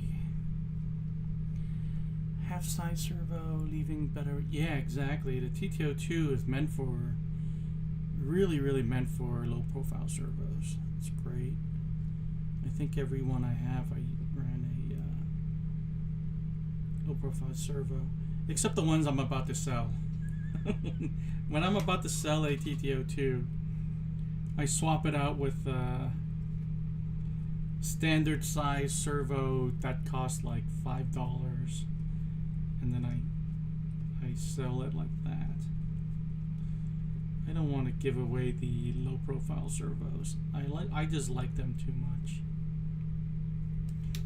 I mean, I put it in the listing. It's not like I'm cheating them. That's not what I mean. I'm not like showing a picture with the low profile and then shipping them the standard size. I'm switching them out first before I list them, so I don't confuse people.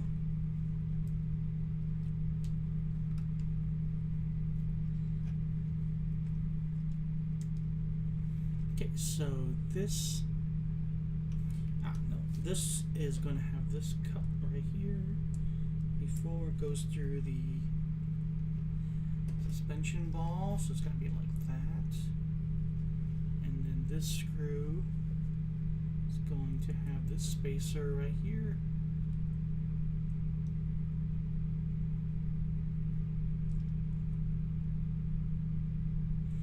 mean, for touring cars, it almost makes sense to run low-profile servos. I think the TT-08 barely has any room for a servo. Never mind a standard size servo. I mean, it's so tight in there. I don't think it would fit.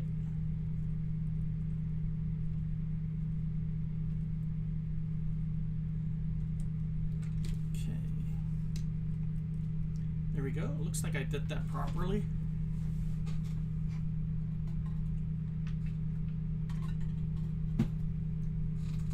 It might be time for a Kit Kat bar soon. Okay, let's do the same thing, and it says to make sure that moves, that moves. Let's do the same thing on this side. Let's grab those pieces. Oh, that's the front. Let's see, I need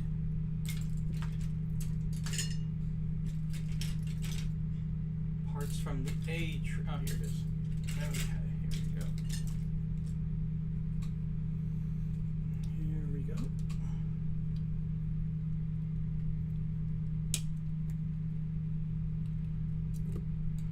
Kind of entry-level racing outdoors.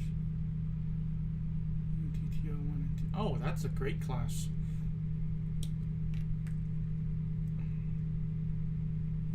That's a great class to start out.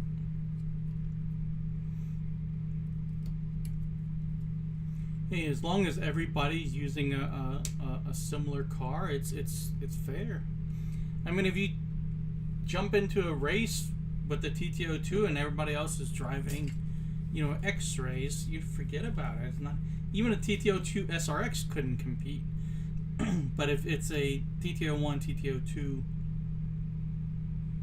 class,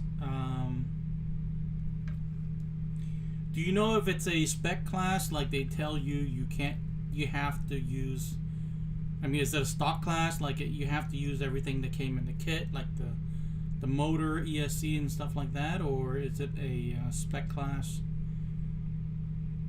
where they tell you can only use like a 21.5 turn brushless, blinky ESC, things like that, and you have to use a certain tire? Is it like that, or is it just whatever? If it's open or modified, then jeez, I don't know. It would not be fair.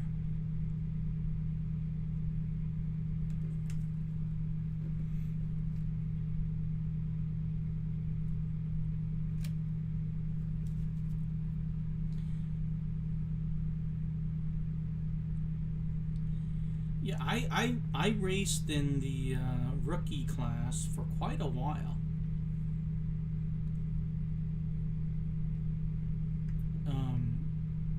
And this is for buggy back in the day. This is quite a few years ago.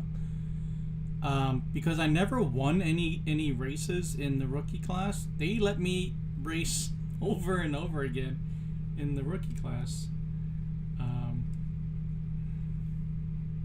I wasn't trying to not win on purpose. It's just there's always somebody who shouldn't be there, who should be at the sportsman class. But there was always somebody in the rookie class who really shouldn't be there.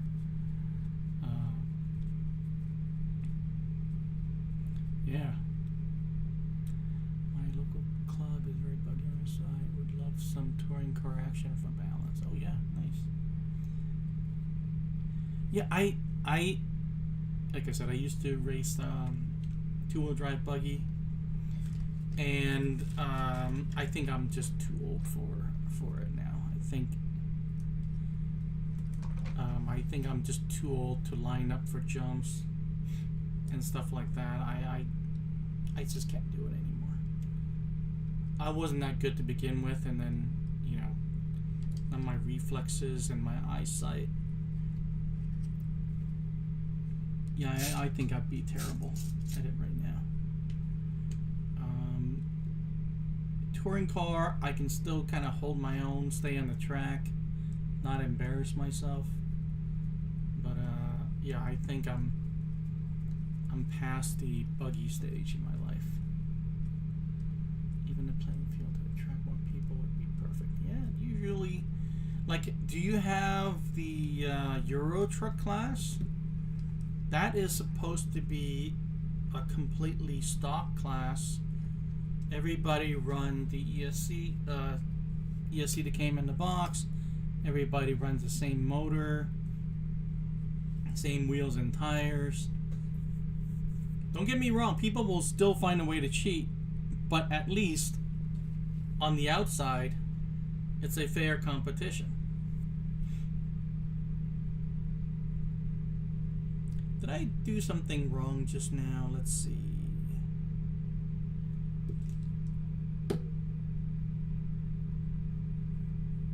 There are two different sizes. I honestly was not paying attention. I hope I didn't screw up. No, I don't think I screwed up because it only... There's no C6. Yeah, so I didn't screw up because this kit doesn't have the wide. Huh. Okay.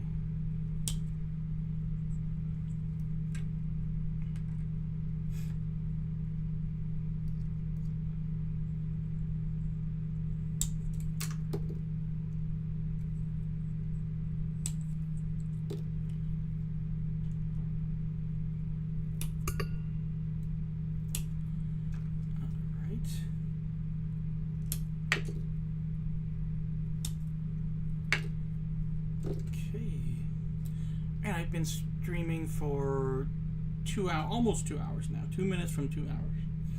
I thought this was going to be faster than that. I might take the whole 3 hours to finish this. But that's okay. I'm enjoying myself. I'm having a good time chatting with you guys. If you're watching, besides Toby, if you're watching, put in the chat where you're watching from. I would love to know where my audience is, and you know, interact with you guys. I can ask you about the RC communities in your neck of the woods, in your country. I would love to learn more. Perhaps you're in Southeast Asia, or in the UK, or you know, across the country in the US. I would love to know where you're watching from and how the RC community is where you are. I have chats with people on Discord, on the RC World Discord server, and people from all over the United States, people from all over the world, and it's just great. It's just great to learn more about other cultures and other scenes, you know, what it's like to go to a hobby shop in different parts of the world, and how, you know, how much things are, you know, and how much is a TT-02 in the UK, things like that. That's really interesting to me. Okay, so let's put that in there. I'm gonna have to take this whole car apart later on because I'm going to do a video. Oops.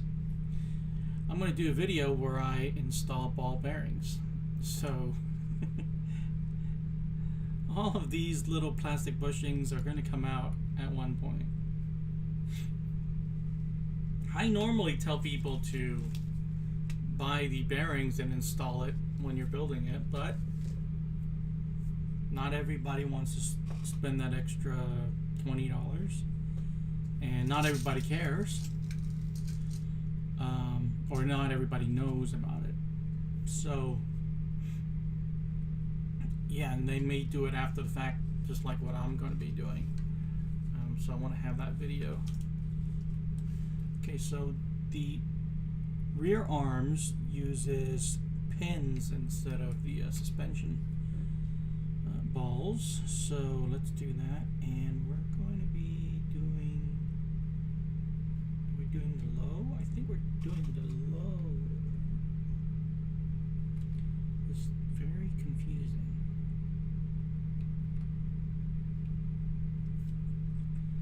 Is this higher or is this lower? This lower? This is lower. I'm going to do it this way. The manual is showing something totally different. Note direction. This is an NSX kit. Why would it? I'm just going to double check. Pretty sure.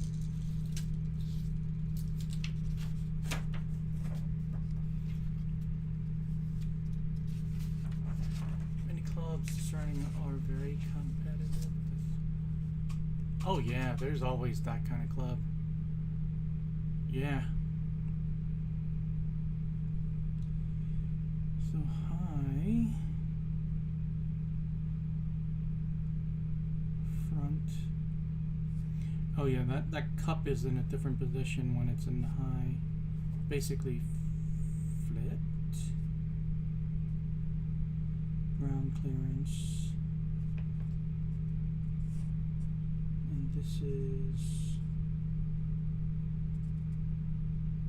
high.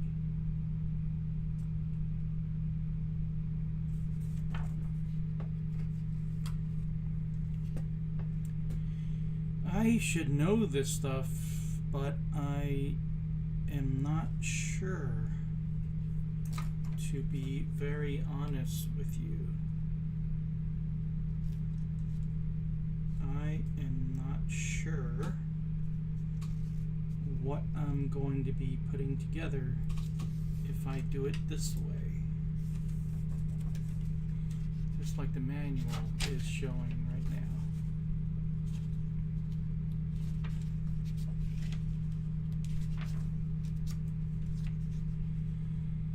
So this is high, and the long side would be on top, and the short side would be on the bottom. Okay, so this is, okay, this is correct. All right. Okay. There we go. We're going to be doing that. Are the cups in there?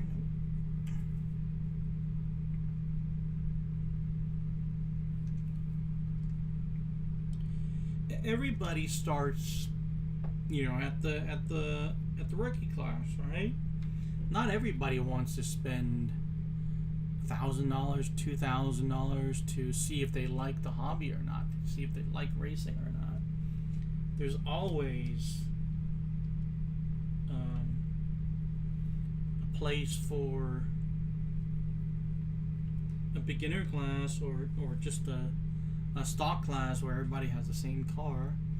I think the old track that I used to, they even had loaner cars. You have to race in the beginner class with the rental cars, but yeah, it was even easier to get your foot in the door with that. Okay, so we need the pins, and it's going to be these pins right here. I think they're the same. Yeah. Okay. Okay, so I'm going to put a little bit of grease in here. And we still have to do the electronics. I'm going to have to eat that Kit Kat bar, I'm pretty sure. It's already getting close to 6 p.m. where I am.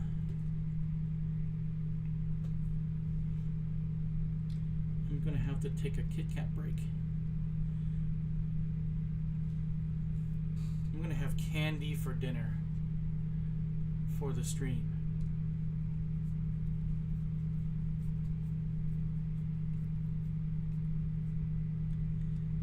Or at least hold me until dinner for the stream.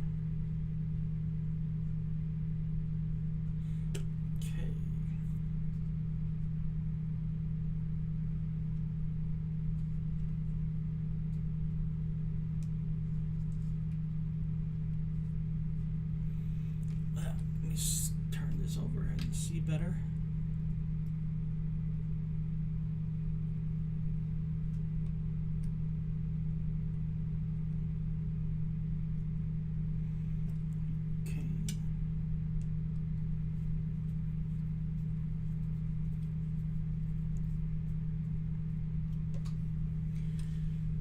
Okay, let me finish this side and I'm going to take a bite of the KitKat bar here. Okay, so dog bone.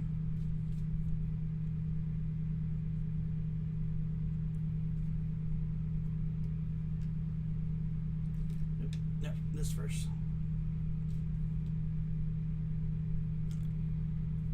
Did this fall? Yeah, this fell out. Okay.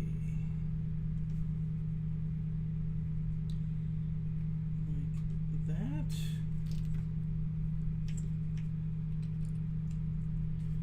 And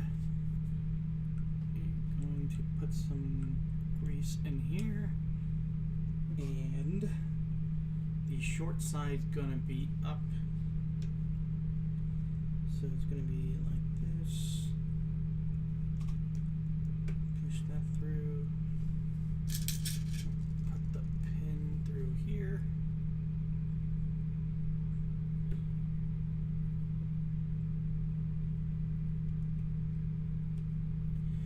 Yeah, I don't know how much faster I can build it. I was watching a video where it said they can build it in 2 hours. I don't think I can.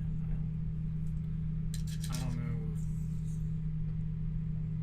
if they're omitting anything, but I don't feel like I can.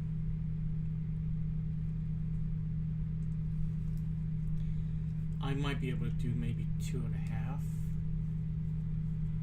Start out with in the hobby.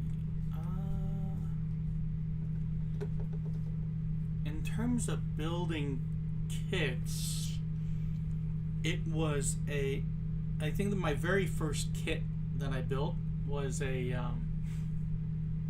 crawler. It was a brand that I think got absorbed by Horizon Hobby. It was ECX. And it was the Barrage. It was like this 1/12 scale crawler. That was my very first kit, I believe. It's very easy to build. And then I also built kind of like either second. Kind of what got me more confidence was kind of a trophy truck called the Circuit, ECX Circuit. I think that was a kit. No, it was the amp. It was the buggy. I think it was the buggy. That's also really easy to build. I think one of them even came with a screwdriver. Yeah, those were, I think, my 2 first kits. If we want to talk about the first RC car, I would have to go back like 30 years. I had the Grasshopper back in the day, but somebody built it for me. It was like one of my dad's friends or something built it for me. So when I was young, I had the Grasshopper, I had the Wild Willie, and the Fast Attack vehicle. So I kind of like start out very early with Tamiya. Okay, I'm gonna take a KitKat break. Easter edition. Everything was 50% off. And then what else? And then I built the TRX4, the Traxxas crawler TRX4. That was a lot more challenging, but their manual is very good, and I didn't make any mistakes because it was just very well illustrated, better than Tamiya in my opinion. It was, all color. I think Traxxas does a good job. It was a TRX4 Sport.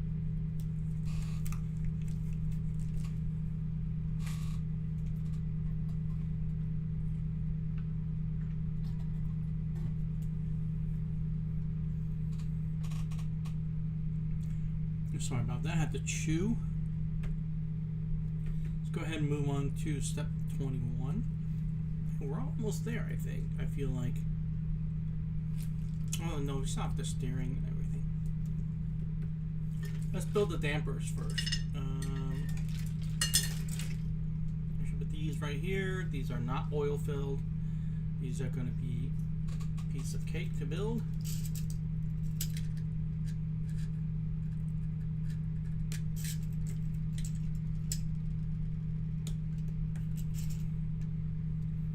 What else do we need? We need B9. I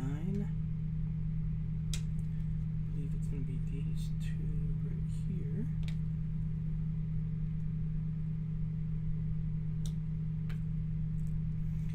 And I know we need these two.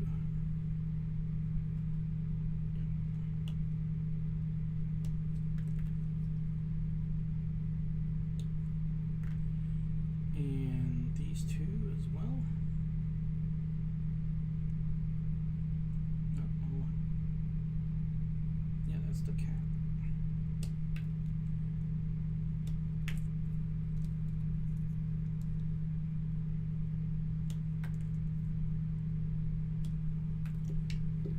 What's that?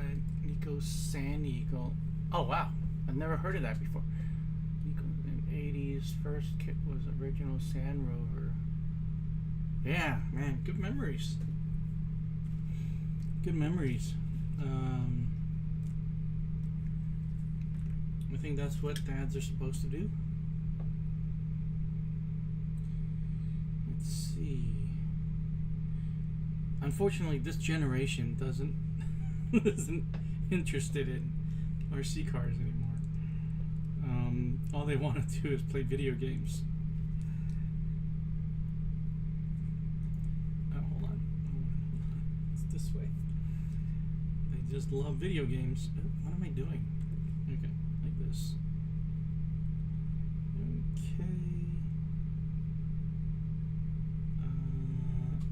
It's been a while since I built one of these. Okay, and then out the ring. And then this. And then this and twist.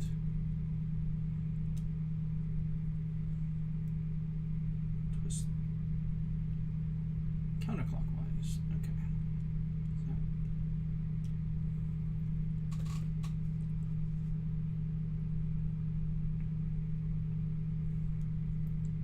Okay. There we go. There's one.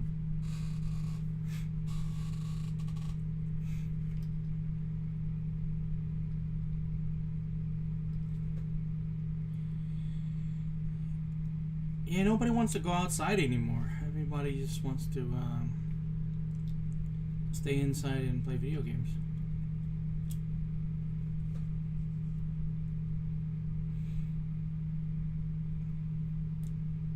Just a totally different generation. And I don't know how they are so different, to be honest. So this is the front. So these are for the front. And we're going to be using these step screws. These are the step screws that has that right there. And I don't think it really matters which way. Okay, so it's going to be the lower hole right there. I don't know if you can see that. It's going to be the inner hole.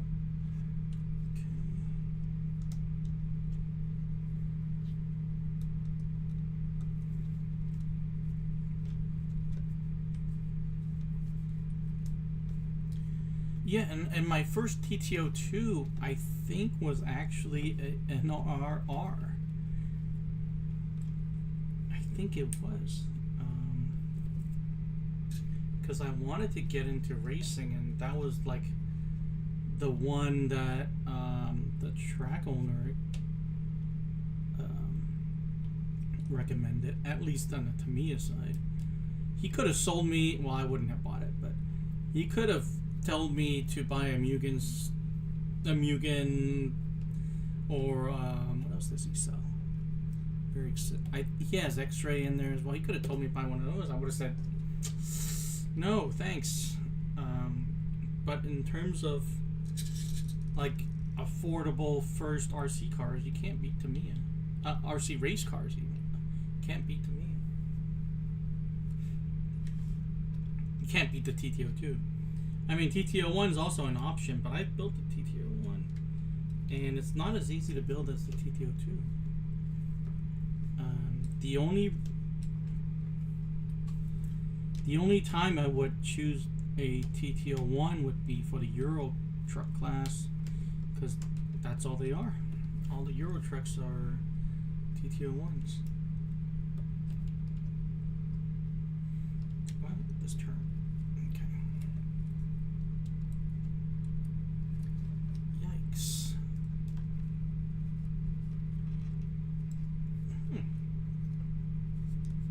I want this turn.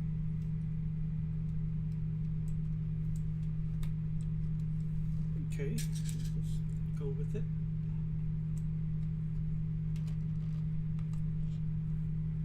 Did it to me GF01.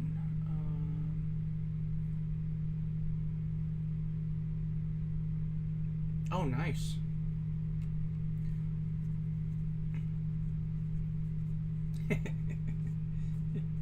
Yeah, yeah.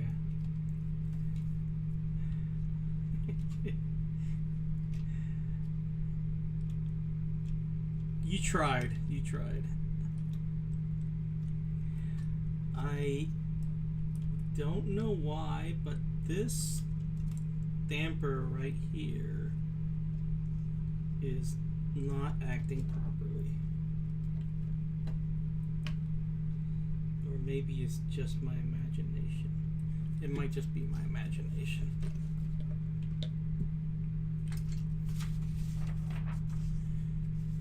Yeah, gotta build 2 more.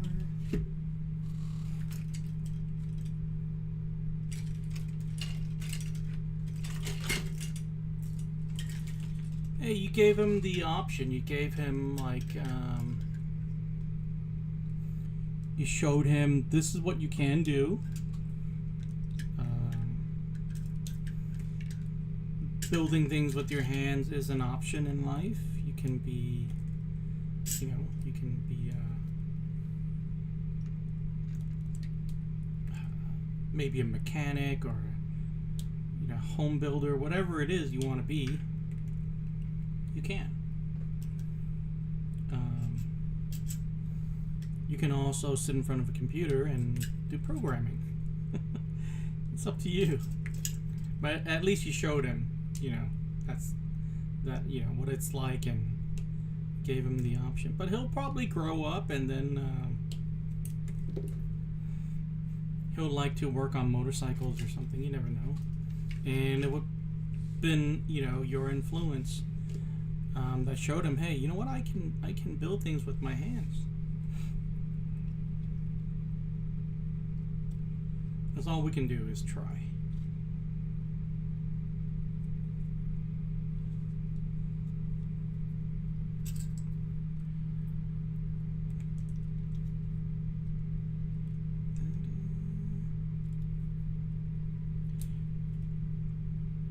Okay. This one went on a lot more smoothly than the other. Okay.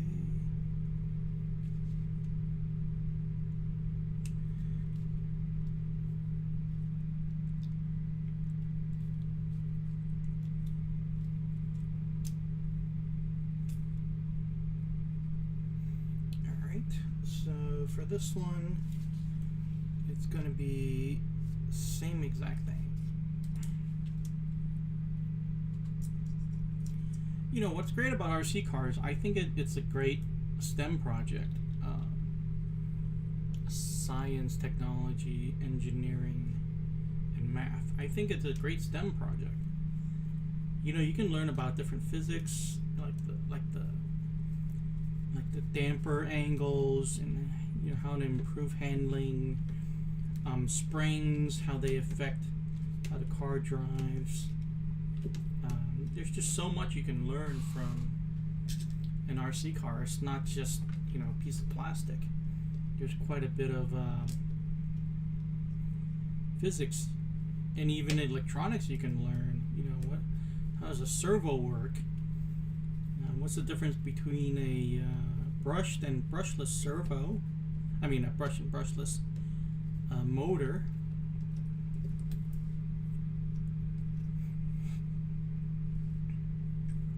How is the servo activated? You know, and it opens up a lot of different fields of science. You know, mechanical engineering, electrical engineering. You know. You can learn about aerodynamics of the body. You can learn about tire compounds, treads.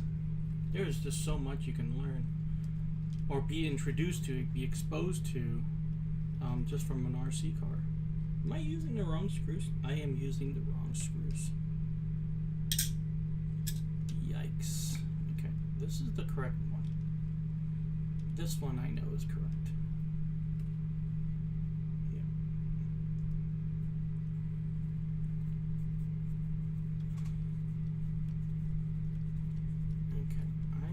Feeling this one was the longer one. Let me just double check.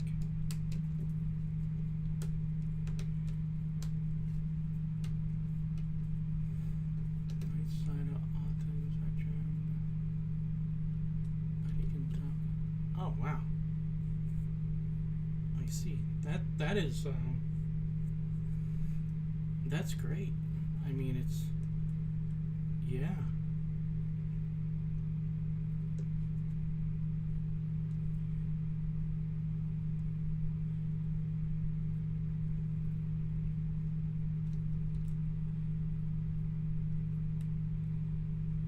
I'm glad, you know, he discovered that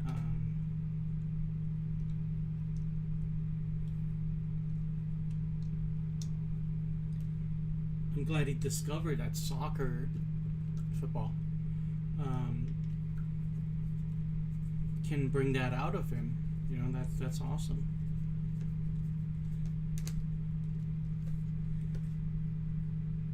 Okay, I'm hoping I did not screw up with the screws. Let me double check this one because it's sticking out. No, I think it's fine. I think I got all the correct screws. I think these just happens to be 2 longer screws for something else. Or no, I'm not imagining things. We'll find out in a little bit. Yeah, these 2 screws are for the steering. That's what I thought. Okay.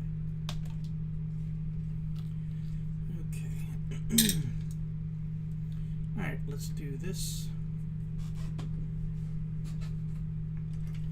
I believe those cups are these right here. 11s, yep.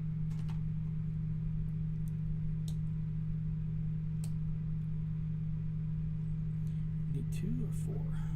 I need 4.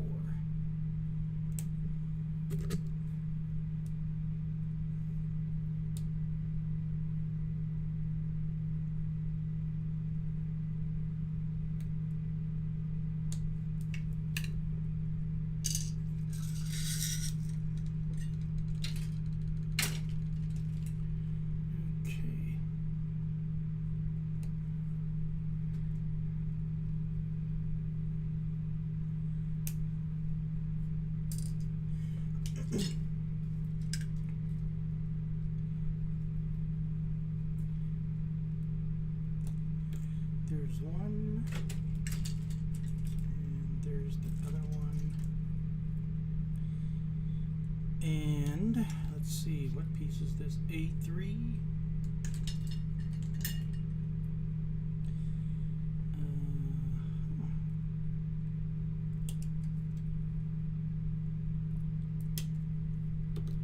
I think we need that bridge piece too, right? Later on. I'm pretty sure we didn't need this piece. I'm just going to cut this out now.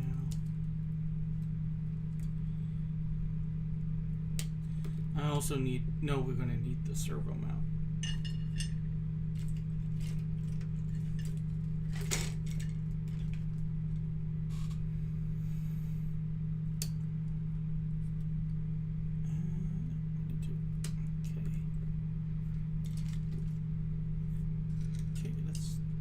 these things in here. I bought a nylon jaw pliers just for this purpose. No, I don't even need it. I thought I would need it. Okay. Yeah, I can still use it. Because I have trouble pushing things. I think it's either arthritis or just old age, whatever. Chassis going forward. Yeah, I have a lot of hop-ups for this kit. So I'm going to continue this series, and I will do you know, one video at a time. The first video, of course, is going to be the bearings, how to swap out the bearings from the TT-02. Then I'll move on to maybe the dampers, maybe swapping out the propeller shaft. I'm going to save the high-speed gear kit until I have a lot more aluminum pieces here. Basically, between the pinion gear all the way to the axle, after I swapped out everything or most things, then I'll go brushless, and then at that time I will do the high-speed gear set. But I feel like putting in the high-speed gear set too early might be well, unnecessary. It might be detrimental to the other parts. But you know, it's a TT-02. You can do whatever you want. You can put brushless in here today, and it'll be fine. But you know, just my way of thinking is the entire drivetrain should be upgraded before you start going too fast. That's just my thinking. I think, you know, all the way down to universals, CVAs, to replace the dog bones. But you know, if you're asking about maybe planning racing or anything like that, I don't think I'm going to race this car. I have the TA-08, and I'm trying to focus. I'm trying to focus on kind of learning how to drive that. And if anything, if I were going to do a different class of car, I have a Kyosho FW06, the nitro car, touring car, and there's a class actually at my local track that races that. And if I was going to do two classes, two cars, that's the one I would do to really kind of upgrade my skills in terms of tuning a nitro motor. That's very fun to me. Yeah. So that's kind of the direction I have for this car. This car is going to be more focused on content creation than anything else. Okay, it says here to note direction. So this side with the line, this little part here, is going to be away from this. And this looks the same on both sides.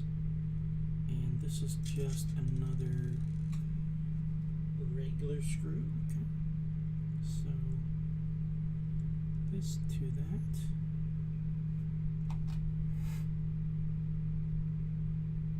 Oh, for sure. That's one of the biggest weaknesses of this car is the steering. It's so wishy-washy. Yeah, let me grab... Well, we have time. Hold on. Let me grab the box of hop-ups.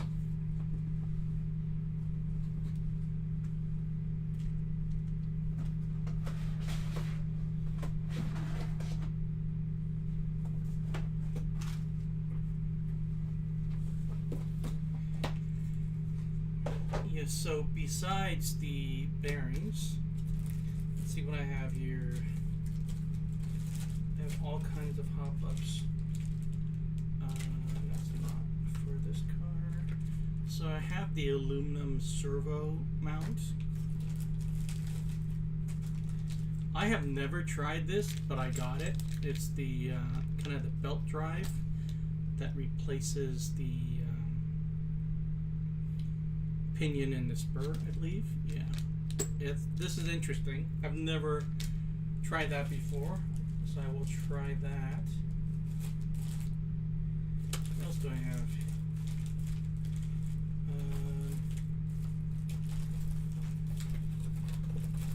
I have different sets of dampers that I can try, from 3 racing to racing.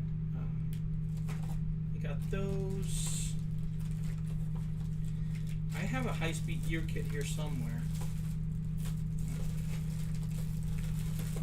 Okay, I think this is the bag of TT-02 stuff. Longer screw. Oh, that one is harder to find. I know exactly what you're talking about. I put that in one of my cars. I can't remember which one. One of the TT-02s. But okay, here's the high-speed gear set. This is the 68.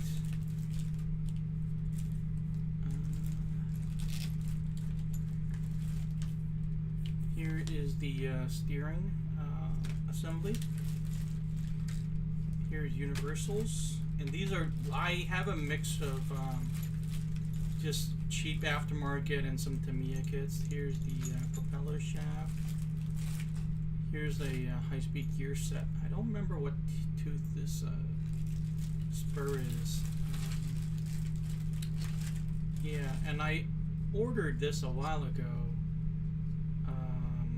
This is a 3D printed spur gear cover, and I think I got this because it was bigger. I think right here,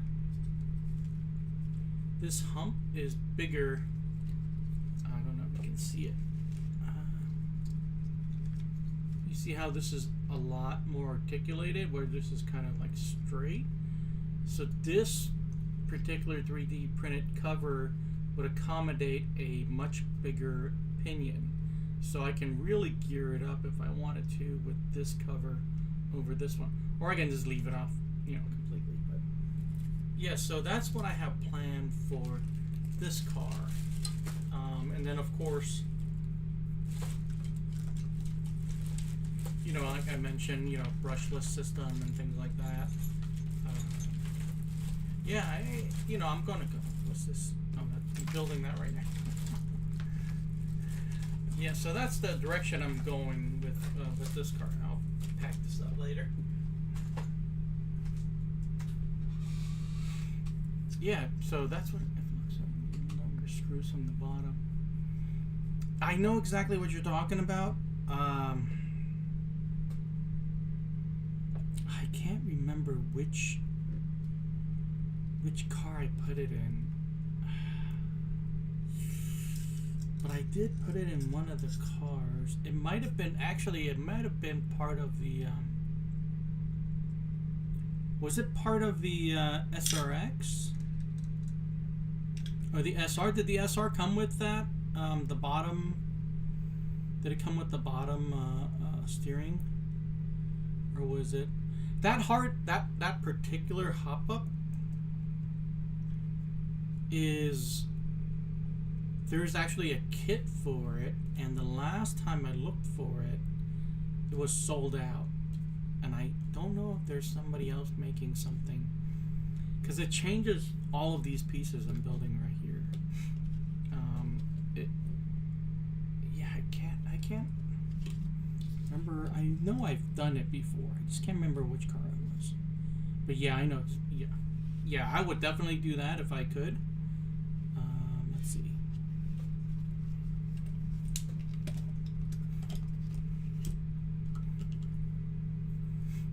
Yeah, the sloppy steering is definitely one of the biggest weaknesses of the TT-02. Okay, so I have a washer.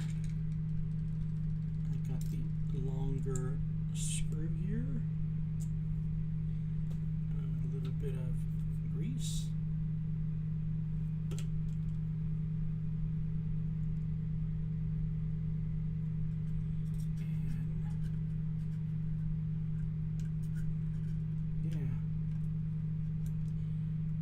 That's cool. That's cool. That makes it so much better. The bottom, the set that comes with the bottom screws makes a huge difference.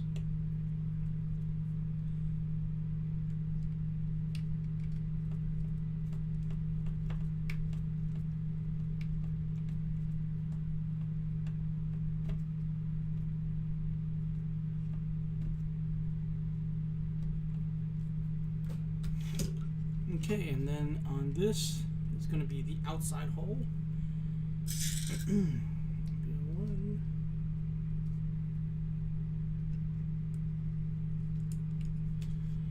The stall bell crank, the screen from the bottom, and the sleeve inside the steering. Yeah.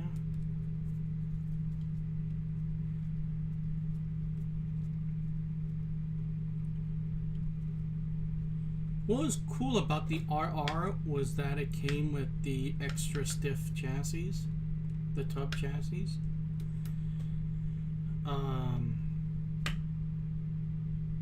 Right out of bat, so you don't have to take the whole thing apart and install it. It was already there. So I like that about the RR. But I've also ran a top plate. I ran a top plate in the... Did the SRX come with a top plate? But I remember installing the top plate, and it makes a huge difference. I mean, the flex is completely gone when you put on the top plate. I'm actually looking to do the same, for put on a top plate for the TA-08, but I need to swap out the motor mount for some reason. It's kind of stupid, but yeah, that's one of the things I have to swap out. So that's one of the hop-up lists. The hop-up list for the TA-08 is longer than the one for the TT-02. I'm going to be broke by the time I'm done.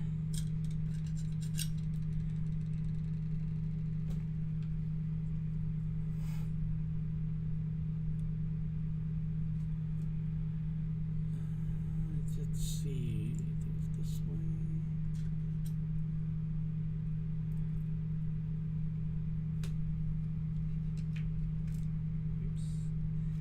I like the racing steering assembly, the aluminum one.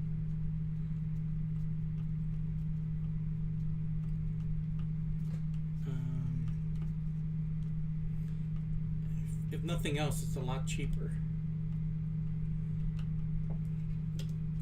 But I think it works pretty well for something that is so much cheaper than the Tamiya one.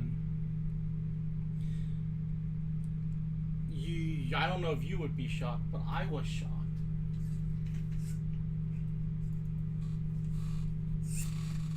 That piece right there, oops, that piece right there, the bridge, was $35.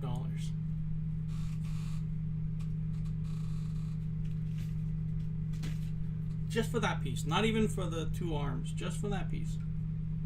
The arms were another $20, I think. It's ridiculous.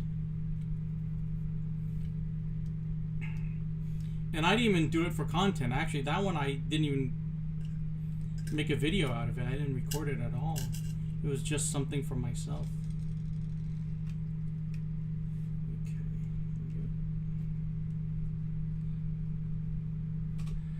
What you get from the MTTR?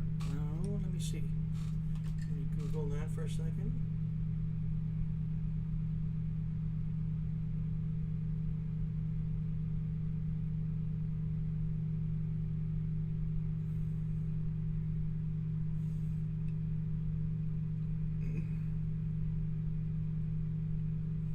You know what? I've never seen this brand before.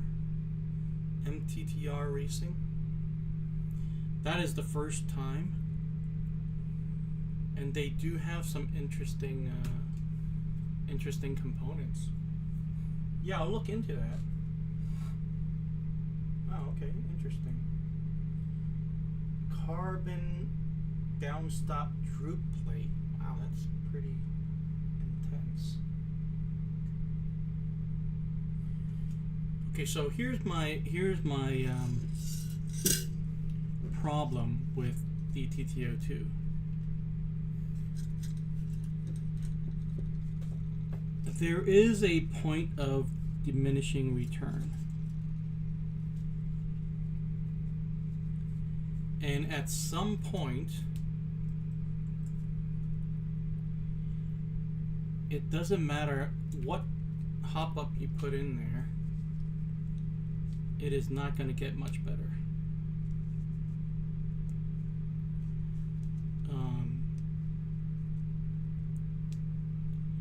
Meaning is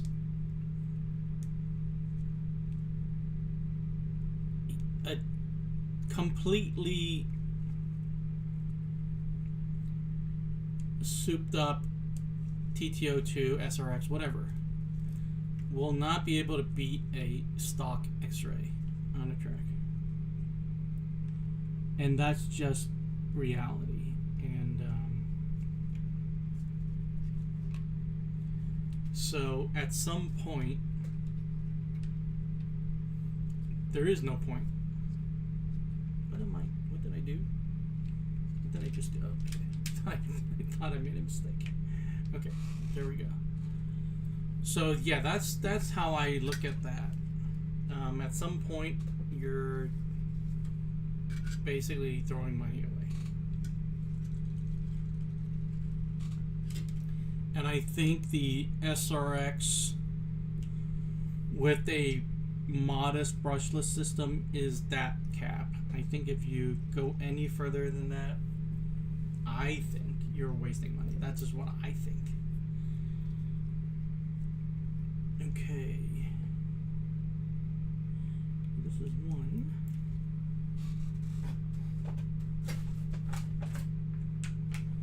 Alright, I'm going to take out the ESC so I can test the servo. I can center the servo.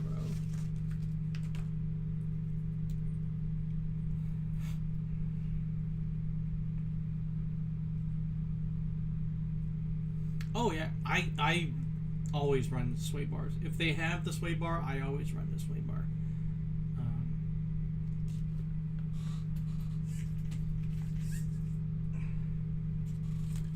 That's one of the hop-ups I got. I don't know if you can see, but the sway bars are there.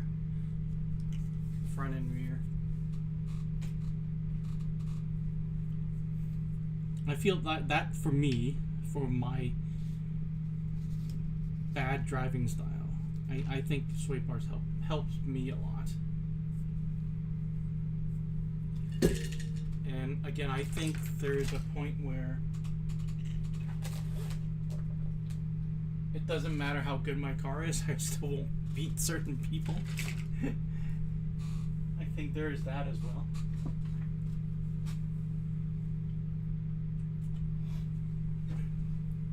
But I enjoy building the cars, and I enjoy tuning them. Just sitting there trying different things. Hey, what battery are you using for your TT-02?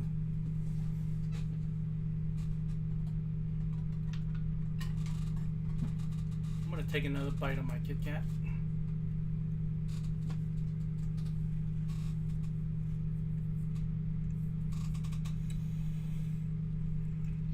Okay. I hope I have battery in this. Okay, I do. Let's see.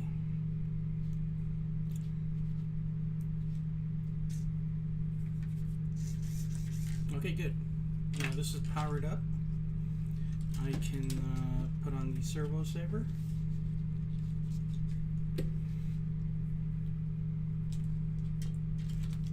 I think it should be this right here. This probably should be. Oh, there's only one. Not good. Yeah, it's not one.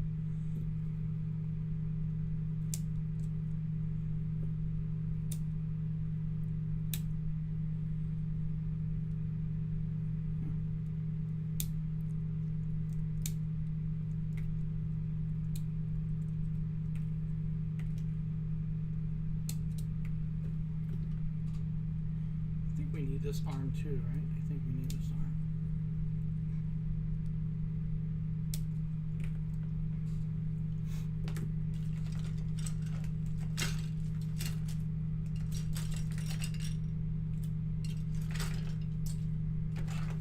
Okay, now I'm looking for the servo horn itself, B10, right here.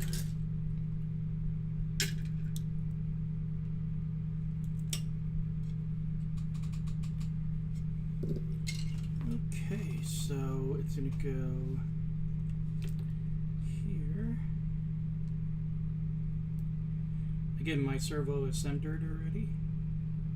Actually, let me check my trim.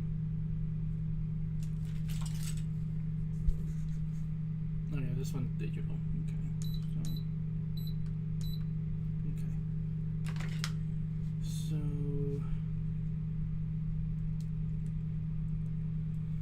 gonna put this on.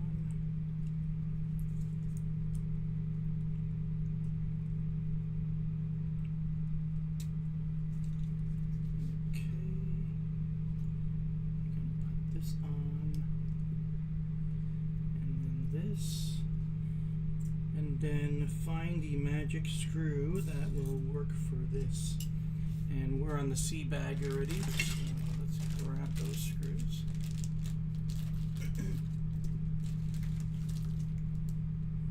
Nice. Okay. Yeah, 100C is awesome. I have a battery.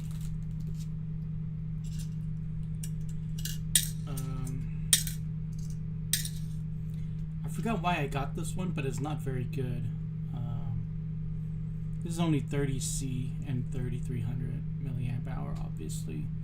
I think I got it because it was the brown body. I forgot which car it was. I needed a lipo for a car that only took the round body battery.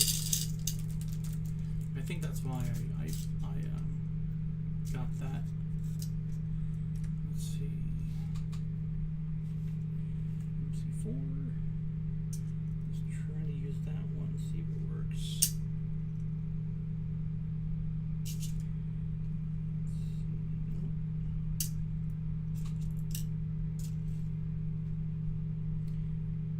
I have no idea which one's gonna fit, but I'm gonna try this one right here. And I hope it's not something. It's usually an M3 screw for my servo. Did I miss a piece? No.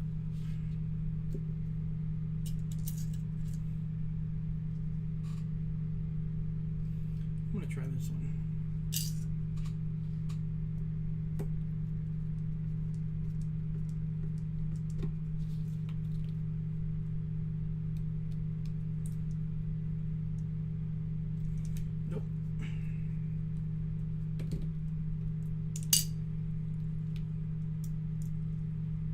This is always a process. Let's try this one, and I hope I'm not using one. Yeah, I might be using one that's not for the servo.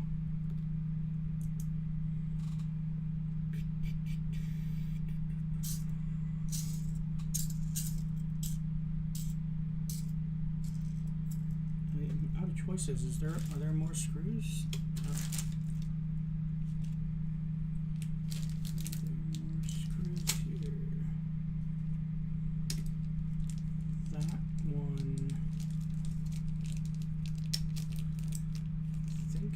This one right here.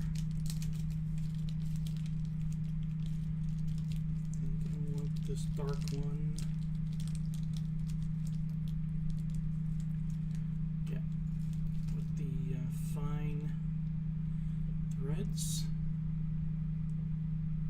It's always the last one. You are correct.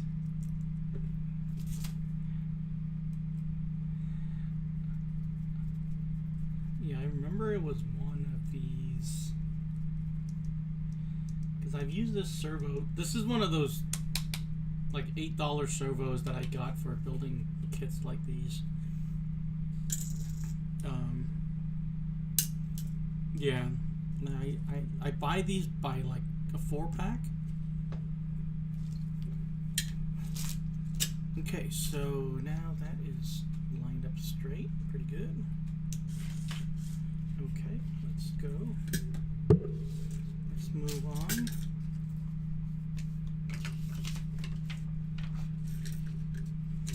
Okay. Alright, it's time to mount the servo. Let me turn this off. Yeah, so let me talk about this real quick. So, did you ask me or somebody else asked me? I was working, oh, it was somebody else. It was before you came in. I was working on being able to put this switch into a little enclosure that made it the same width and size and with the same screw hole as the Tamiya ESC. Because the problem with this switch right now is it doesn't fit in some of the car's, you know, configurations. Like this switch will not fit here, and so you have to put, you know, tape this screw, tape this to the inside of the chassis or whatnot, which is not a big deal for this car, but for the, where did I put it? For the TT-04, for example, this is a bottom mounted switch, so if you don't fill that with the switch and the dust guard, you basically have a hole on the bottom of your car. So yeah, I'm trying to solve that.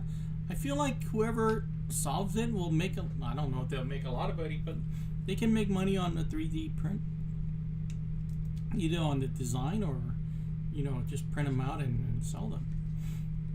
It's something I thought about doing, but you know, I don't know how to do CAD to begin with, and I also don't have a 3D printer,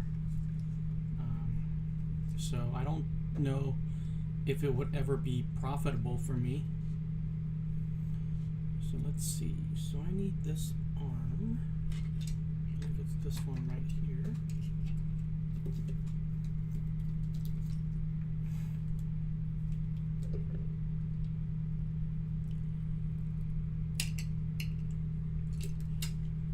And I need the rest of those balls.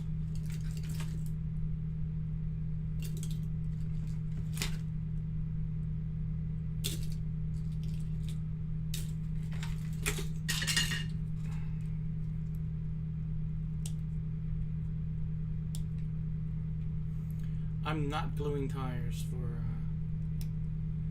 this car. I'm not gluing tires for the stream. That is not going to happen. Same way I'm not going to paint the body for the stream. Yeah, it's just not going to happen.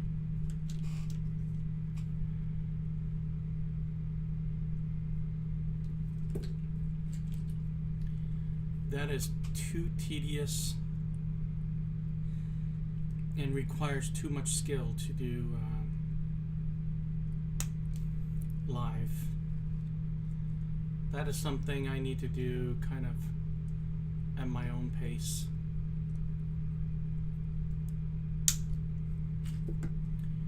Okay, get a nylon jaw pliers. It's quite good. Quite good. So here's the bridge. And this is the same on both sides. So MBO1.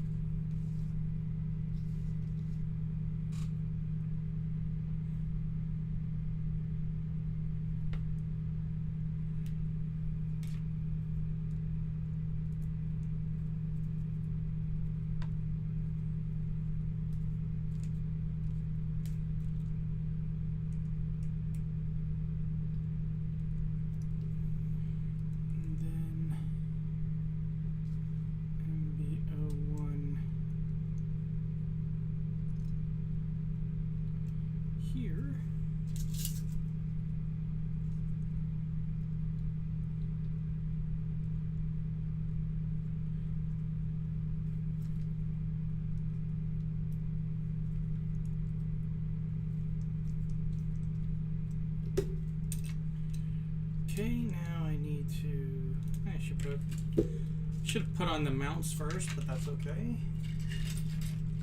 So I need the mounts.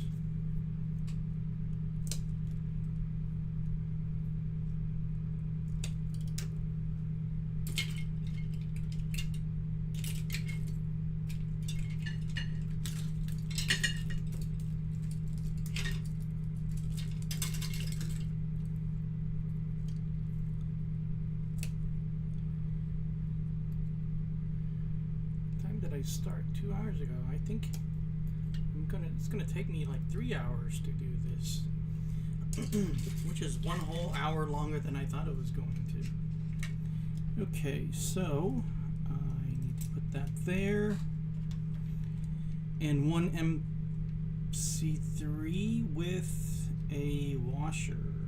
Let's see.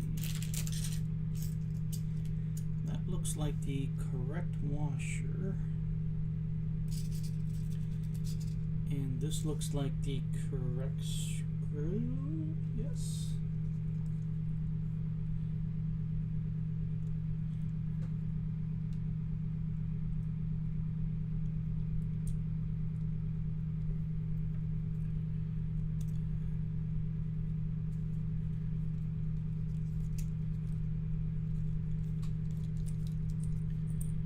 Easy peasy.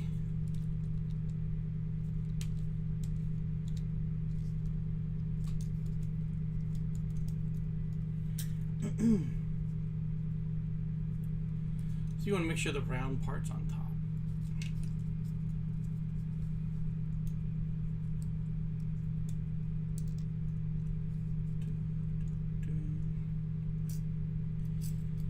And double check the washer and the screw.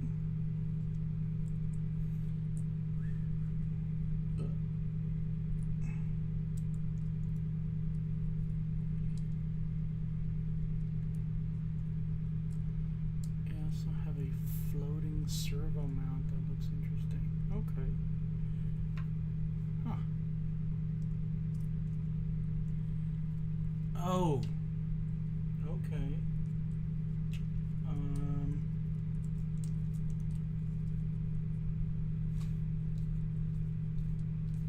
Do you mean the servo is kind of cantilevered in the air and not attached from the bottom? Is that what you mean?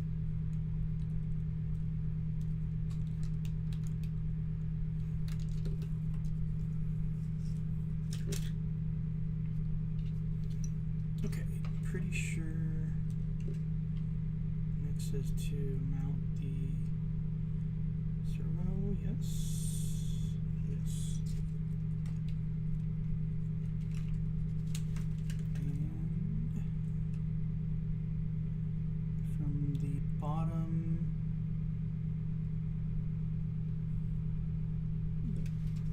yeah, this bridge onto these two arms. Wire's way too long.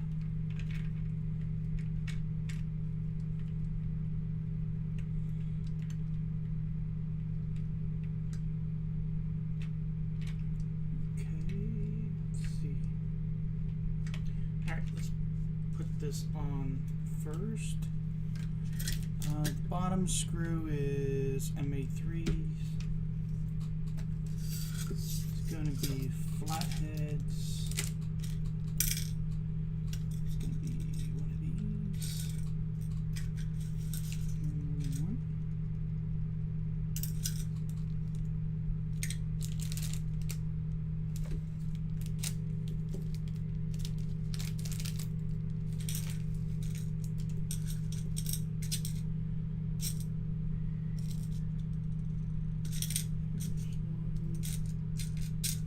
There's another one.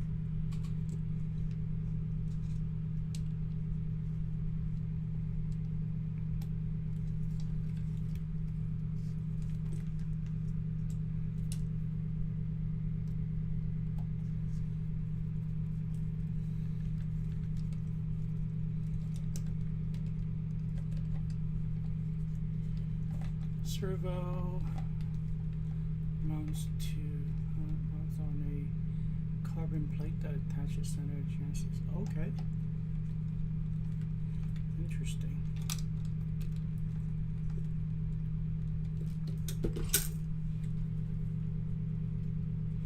Does it look anything? Oops. Oops. Does it look anything like this? I don't know if you can see, but this piece is like just like a bracket. The servo is not touching the chassis at all. It's just kind of floating in the midair, and this arm attaches to the bottom of the chassis. Is that kind of how what it looks like? The problem with this particular one is it flexes way too much. So I think coming up this week, I'm going to switch it to an aluminum one. Another $20, $30 that I could have saved if I bought the R instead.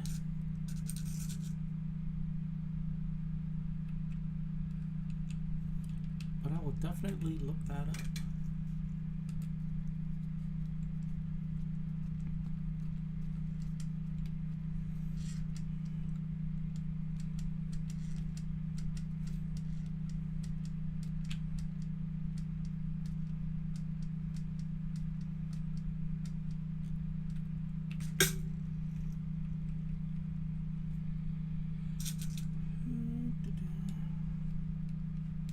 Nice. Okay.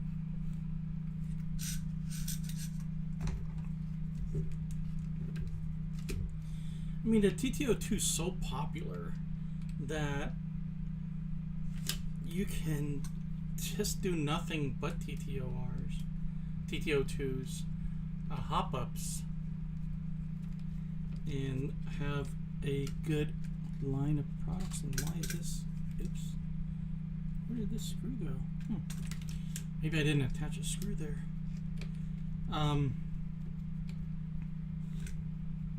I always felt like I can have an entire channel this far.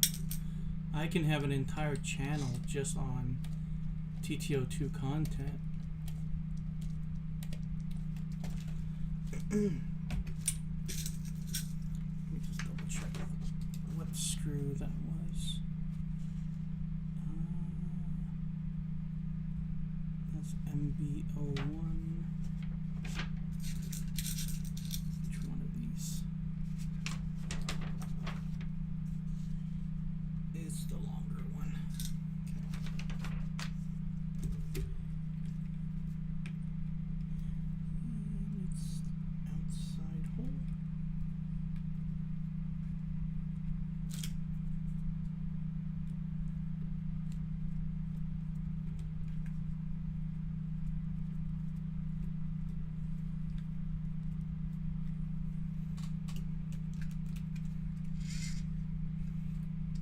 Okay, alright, we're good.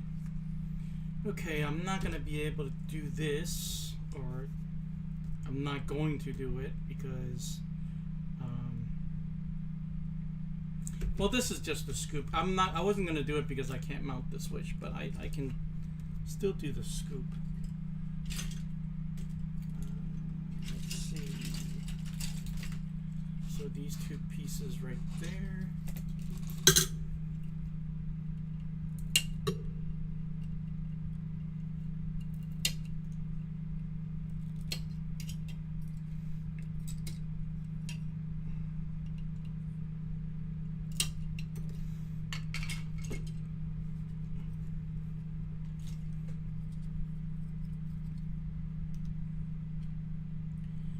MC3.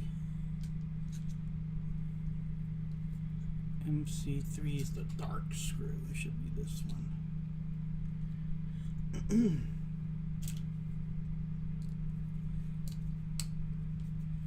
I am almost done, I believe. I think just the tires and wheels. Wow, started. I've already reached 3 hours in streaming.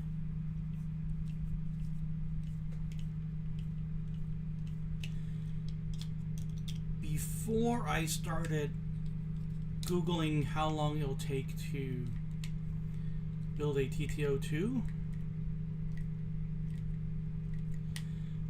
I estimated 4 hours. That's how much I was going to, how much time I was going to allot for the stream in my day. And then,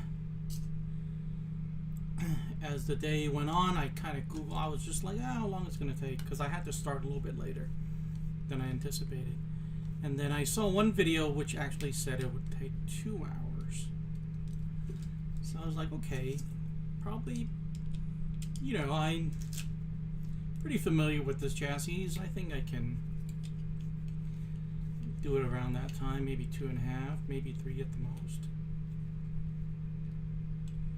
But apparently not. It's been 3 hours and 10 minutes since I started the stream. Maybe if I used power tools, an electric screwdriver and stuff, I would have been able to do it a little bit faster, but you know. Alright, so this goes on here. It's been a while, okay. So there, and then MA2. 2 different screws. MA2 is the shorter one. This one, so that. Yeah, I guess if I used the electric screwdriver, I could have done this quite a bit faster. I mean, at the very minimum, I can knock maybe half an hour off of the time right now at this point. And I did make a couple mistakes along the way, so if I didn't make those mistakes, it could be even a little bit faster.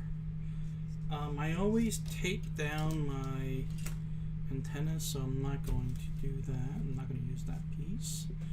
Got the servo on there already.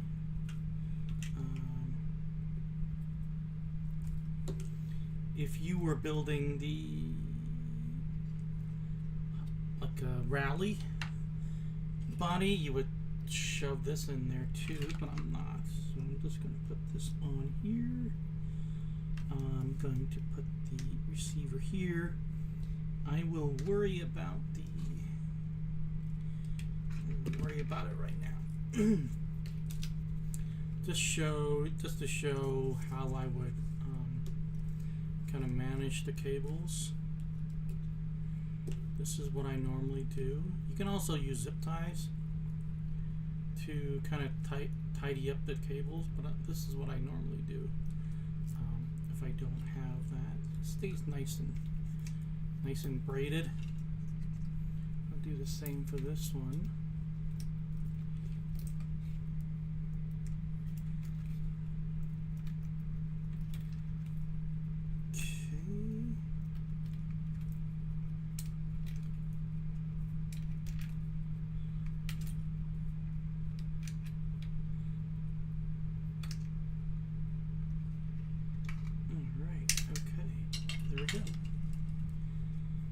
So this is pre-cut to that size. Awesome.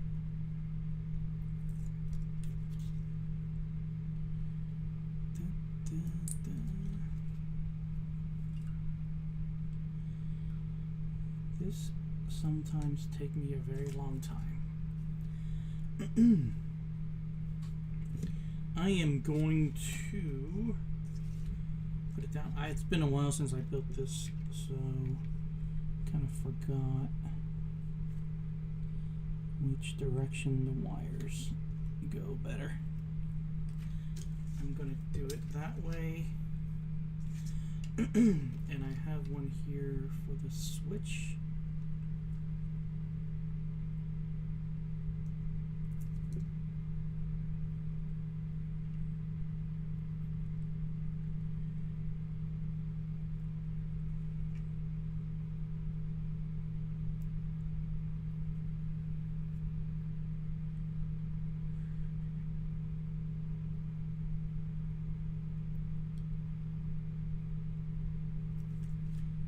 I'm going to put, oh, I could have hooked it up there, but I think I'm just going to put it over here.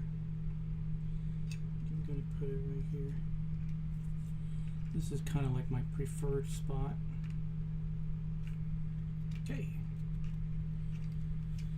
And then the receiver I usually put on top of the servo like that. And I do need a little bit of this.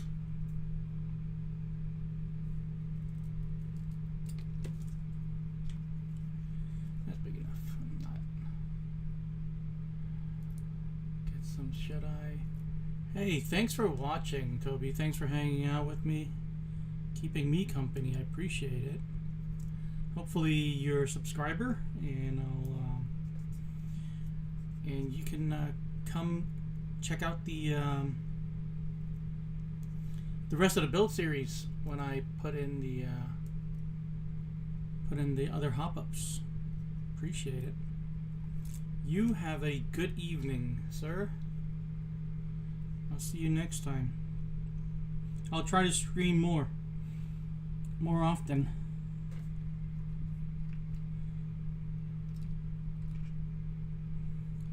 UC is channel 2. Servo is channel 1.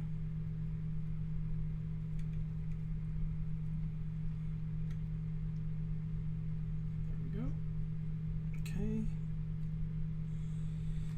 Yellow to yellow. Blue to blue.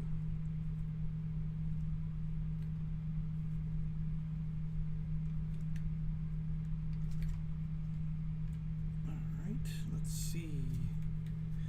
Let me just double check everything.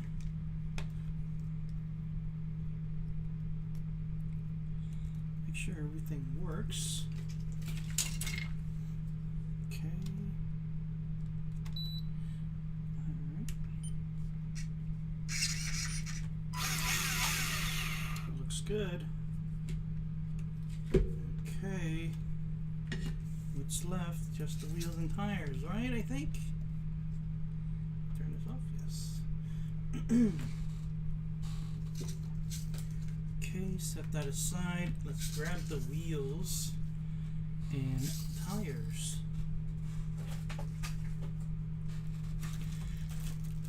So this is the NSX kit, and so these had these really nice tires. And another reason why I'm not going to glue these right now is because I want to paint these. I want to paint this like a gunmetal color to give it a little bit more shine than what it is. I like this color, don't get me wrong, but I think it would be even better if it had a little bit of metallic feeling to it. Catch you later, Toby. Thanks for watching.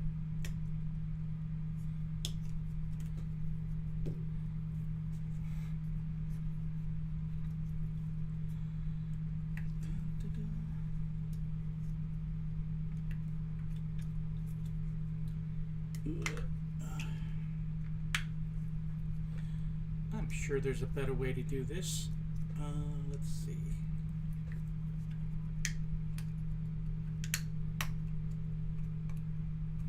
These are really nice tires.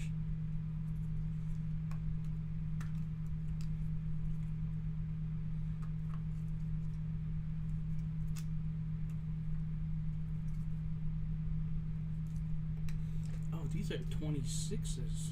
Oh. Wow.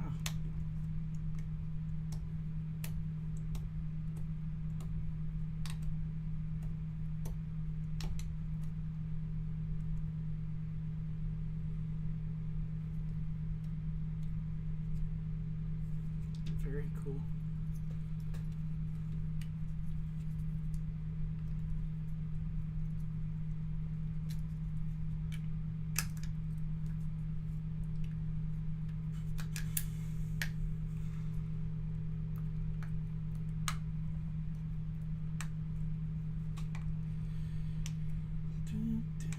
these are really nice tires and wheels for the NSX kit.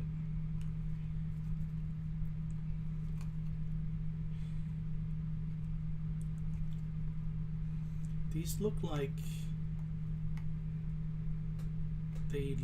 racing slicks. I mean, look how thick that wall is. Are these bigger? Huh. +2. It's got a little bit of offset too. Interesting. I didn't look at this. I didn't see this before. I didn't even go through this kit. I opened this kit to do the unboxing video, and then I just took the body to put on the TT-02 kit. This was kind of a donor kit that I used to get the body from.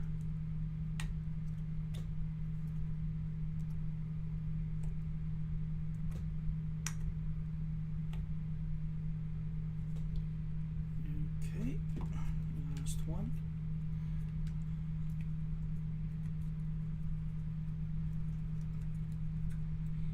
And I think we're done. Right after this, I'm going to mount these, and I think we're done. I will throw the body in here because I do have it. I have it painted and everything. I had to punch a couple more holes for the TT-02, but it still fits the TT-02, of course.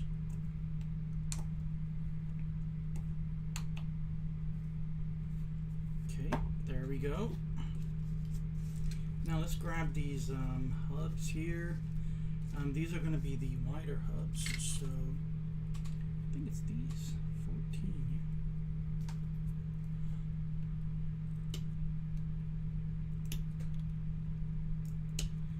Wait, hold on, 14.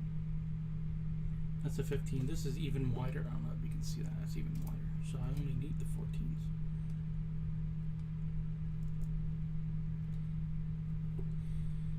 These ones have the pretend calipers there. Calipers. Is that what they're called? I mean the disc. There's a pretend disc there.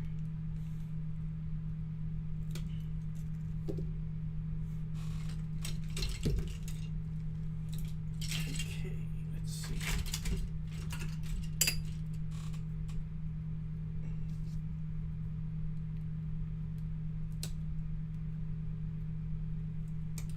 Is the rear, this is front. Maybe the rear is the wider one. Let's see. Number. So these are 14 in front. Oh, 14 in the back too. I think I built a Porsche.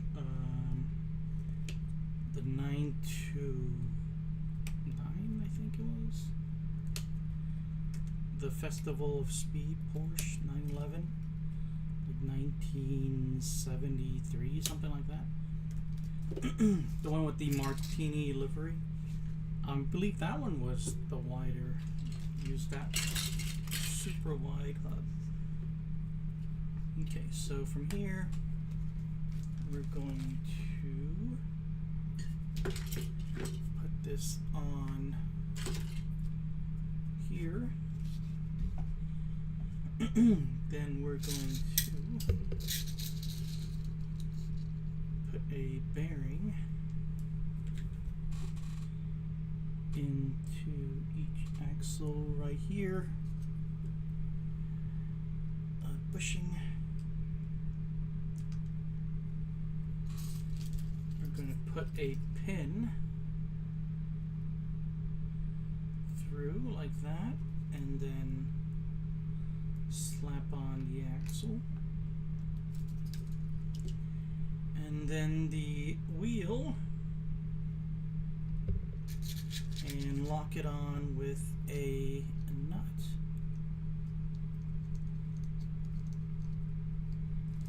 Can use this thing. Oh, I'm out of frame. Okay, there we go.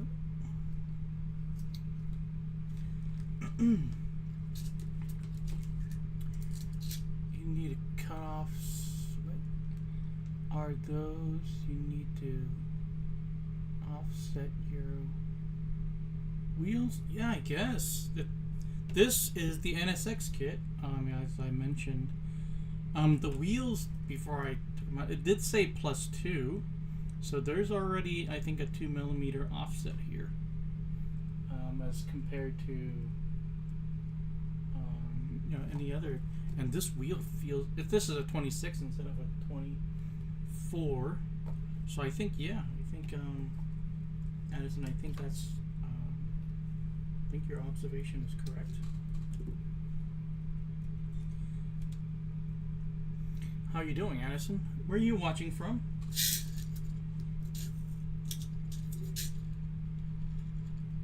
Thanks for joining us. We're very near the end.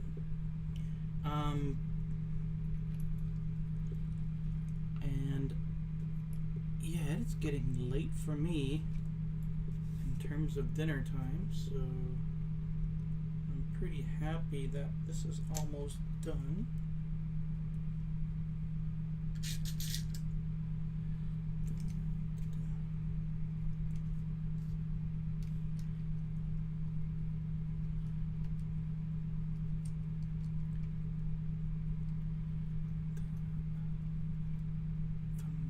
Pennsylvania, okay.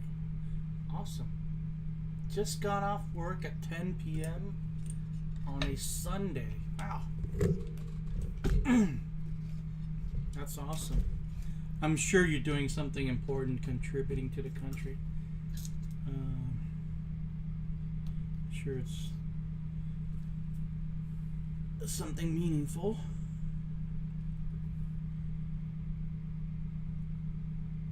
I think the only job I had that was late was bartending in college. I think that's about it.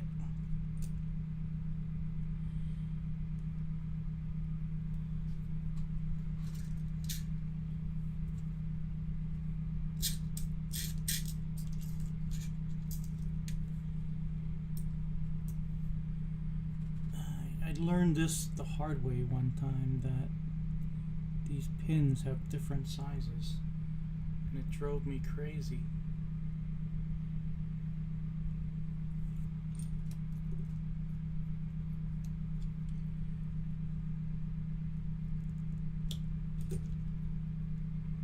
Do you have to work tomorrow?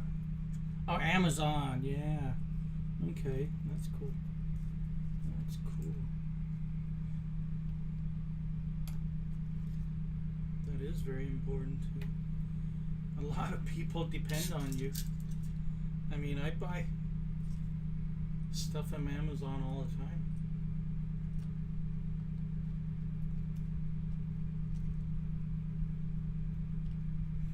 That's awesome. Do you work in the, well, I guess it would have to be the warehouse, right? Because nobody's delivering right now. I was going to ask you if you are delivering, but I don't think anybody's delivering at 10 p.m. Am I right? Or maybe you could be in corporate office, I don't know. Or the maybe the tech support or customer service side, who knows? But yeah, that's awesome.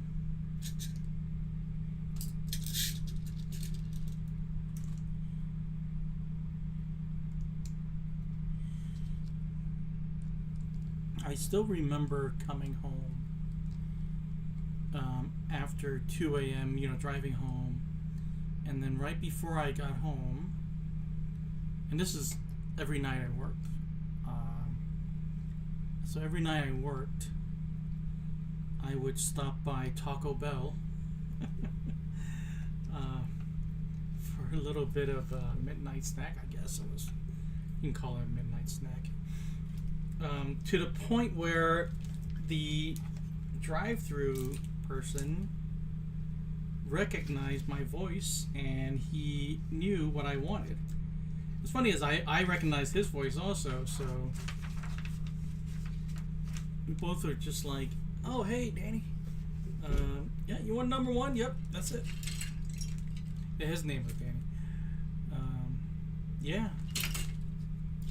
interesting. Those were good times, being in college. Even though I was very poor in college. And that's why I was eating Taco Bell so much. A lot of ramens at 7-Eleven and Taco Bell. A big part of my diet.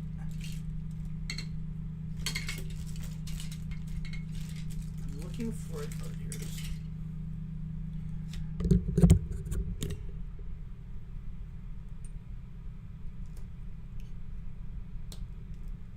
Alright, let's see. So, this is the rear. And screws MB2. It's going to be these square runs. Weird looking ones. Alright, push that through.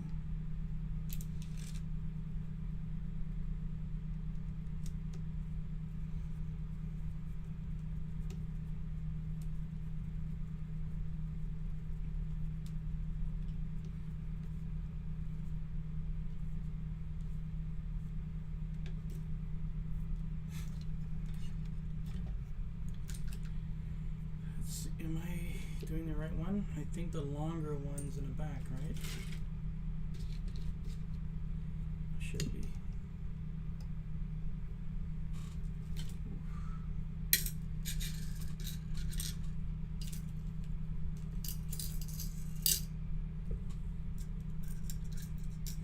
Next, my shoulder's starting to hurt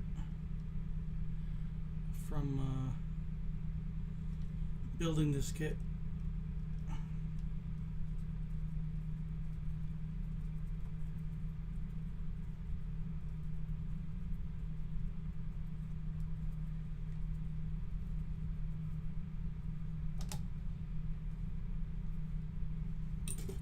Alright, what's next? Oh, the front. Let's do the front first. Find those screws. Is it from the front? Yes.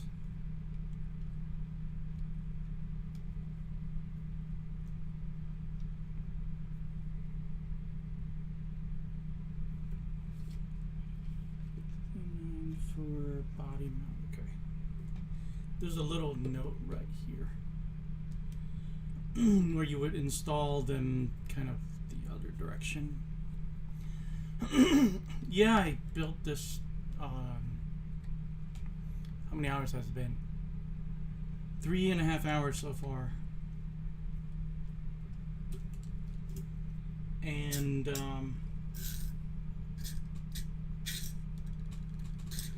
I guarantee you it could be a lot faster. So if you were looking to build one, actually I would recommend build this like a little bit at a time. Enjoy it.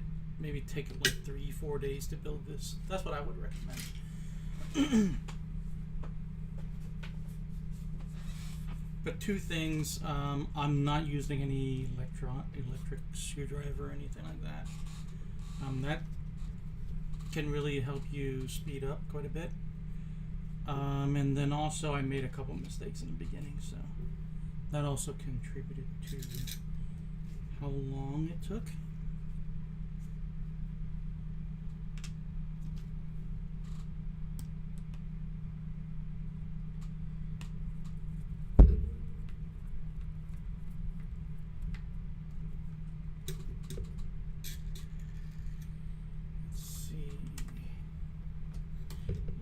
Frame. So hard to be in frame. I gotta move the camera next time. I'm going to move it a little bit closer to me this direction, and then I'm also going to raise it up a little bit more, because right now there's only like almost like this much room between the top of this shock mount and the bottom of the camera. thing. So yeah, and then I can get a wider a wider screen also, wider shot of the table. And I believe, let's see if this may be the last part.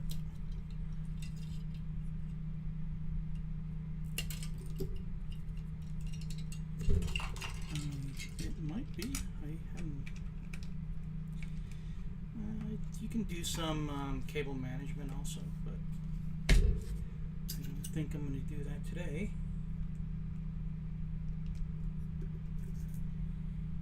Okay. I think we're done. Alright, let me grab the NSX body.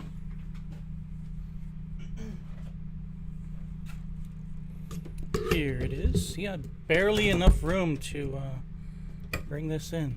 So for the TT-08 I had to cut 2 more holes, but here it is. I painted it yellow. I think it's called Spa Yellow.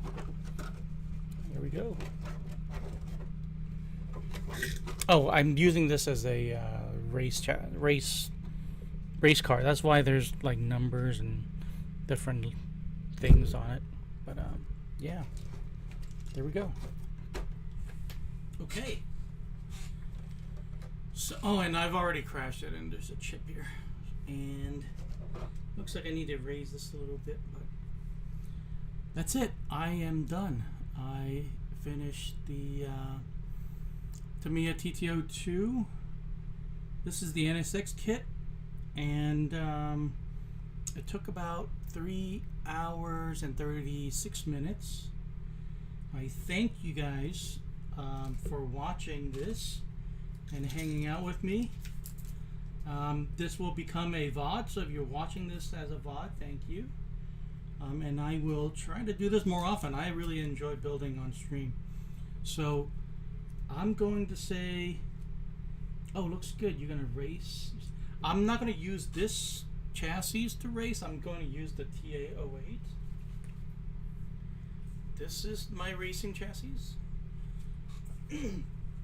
But I did borrow the NSX body for that car, that chassis. So I am using this as a. Check out my car on Instagram. It should be in the link. Oh, geez, I'm a terrible driver, but I will. I will try to record my next races. I will try to upload those videos, but I'm not. Don't hold your breath.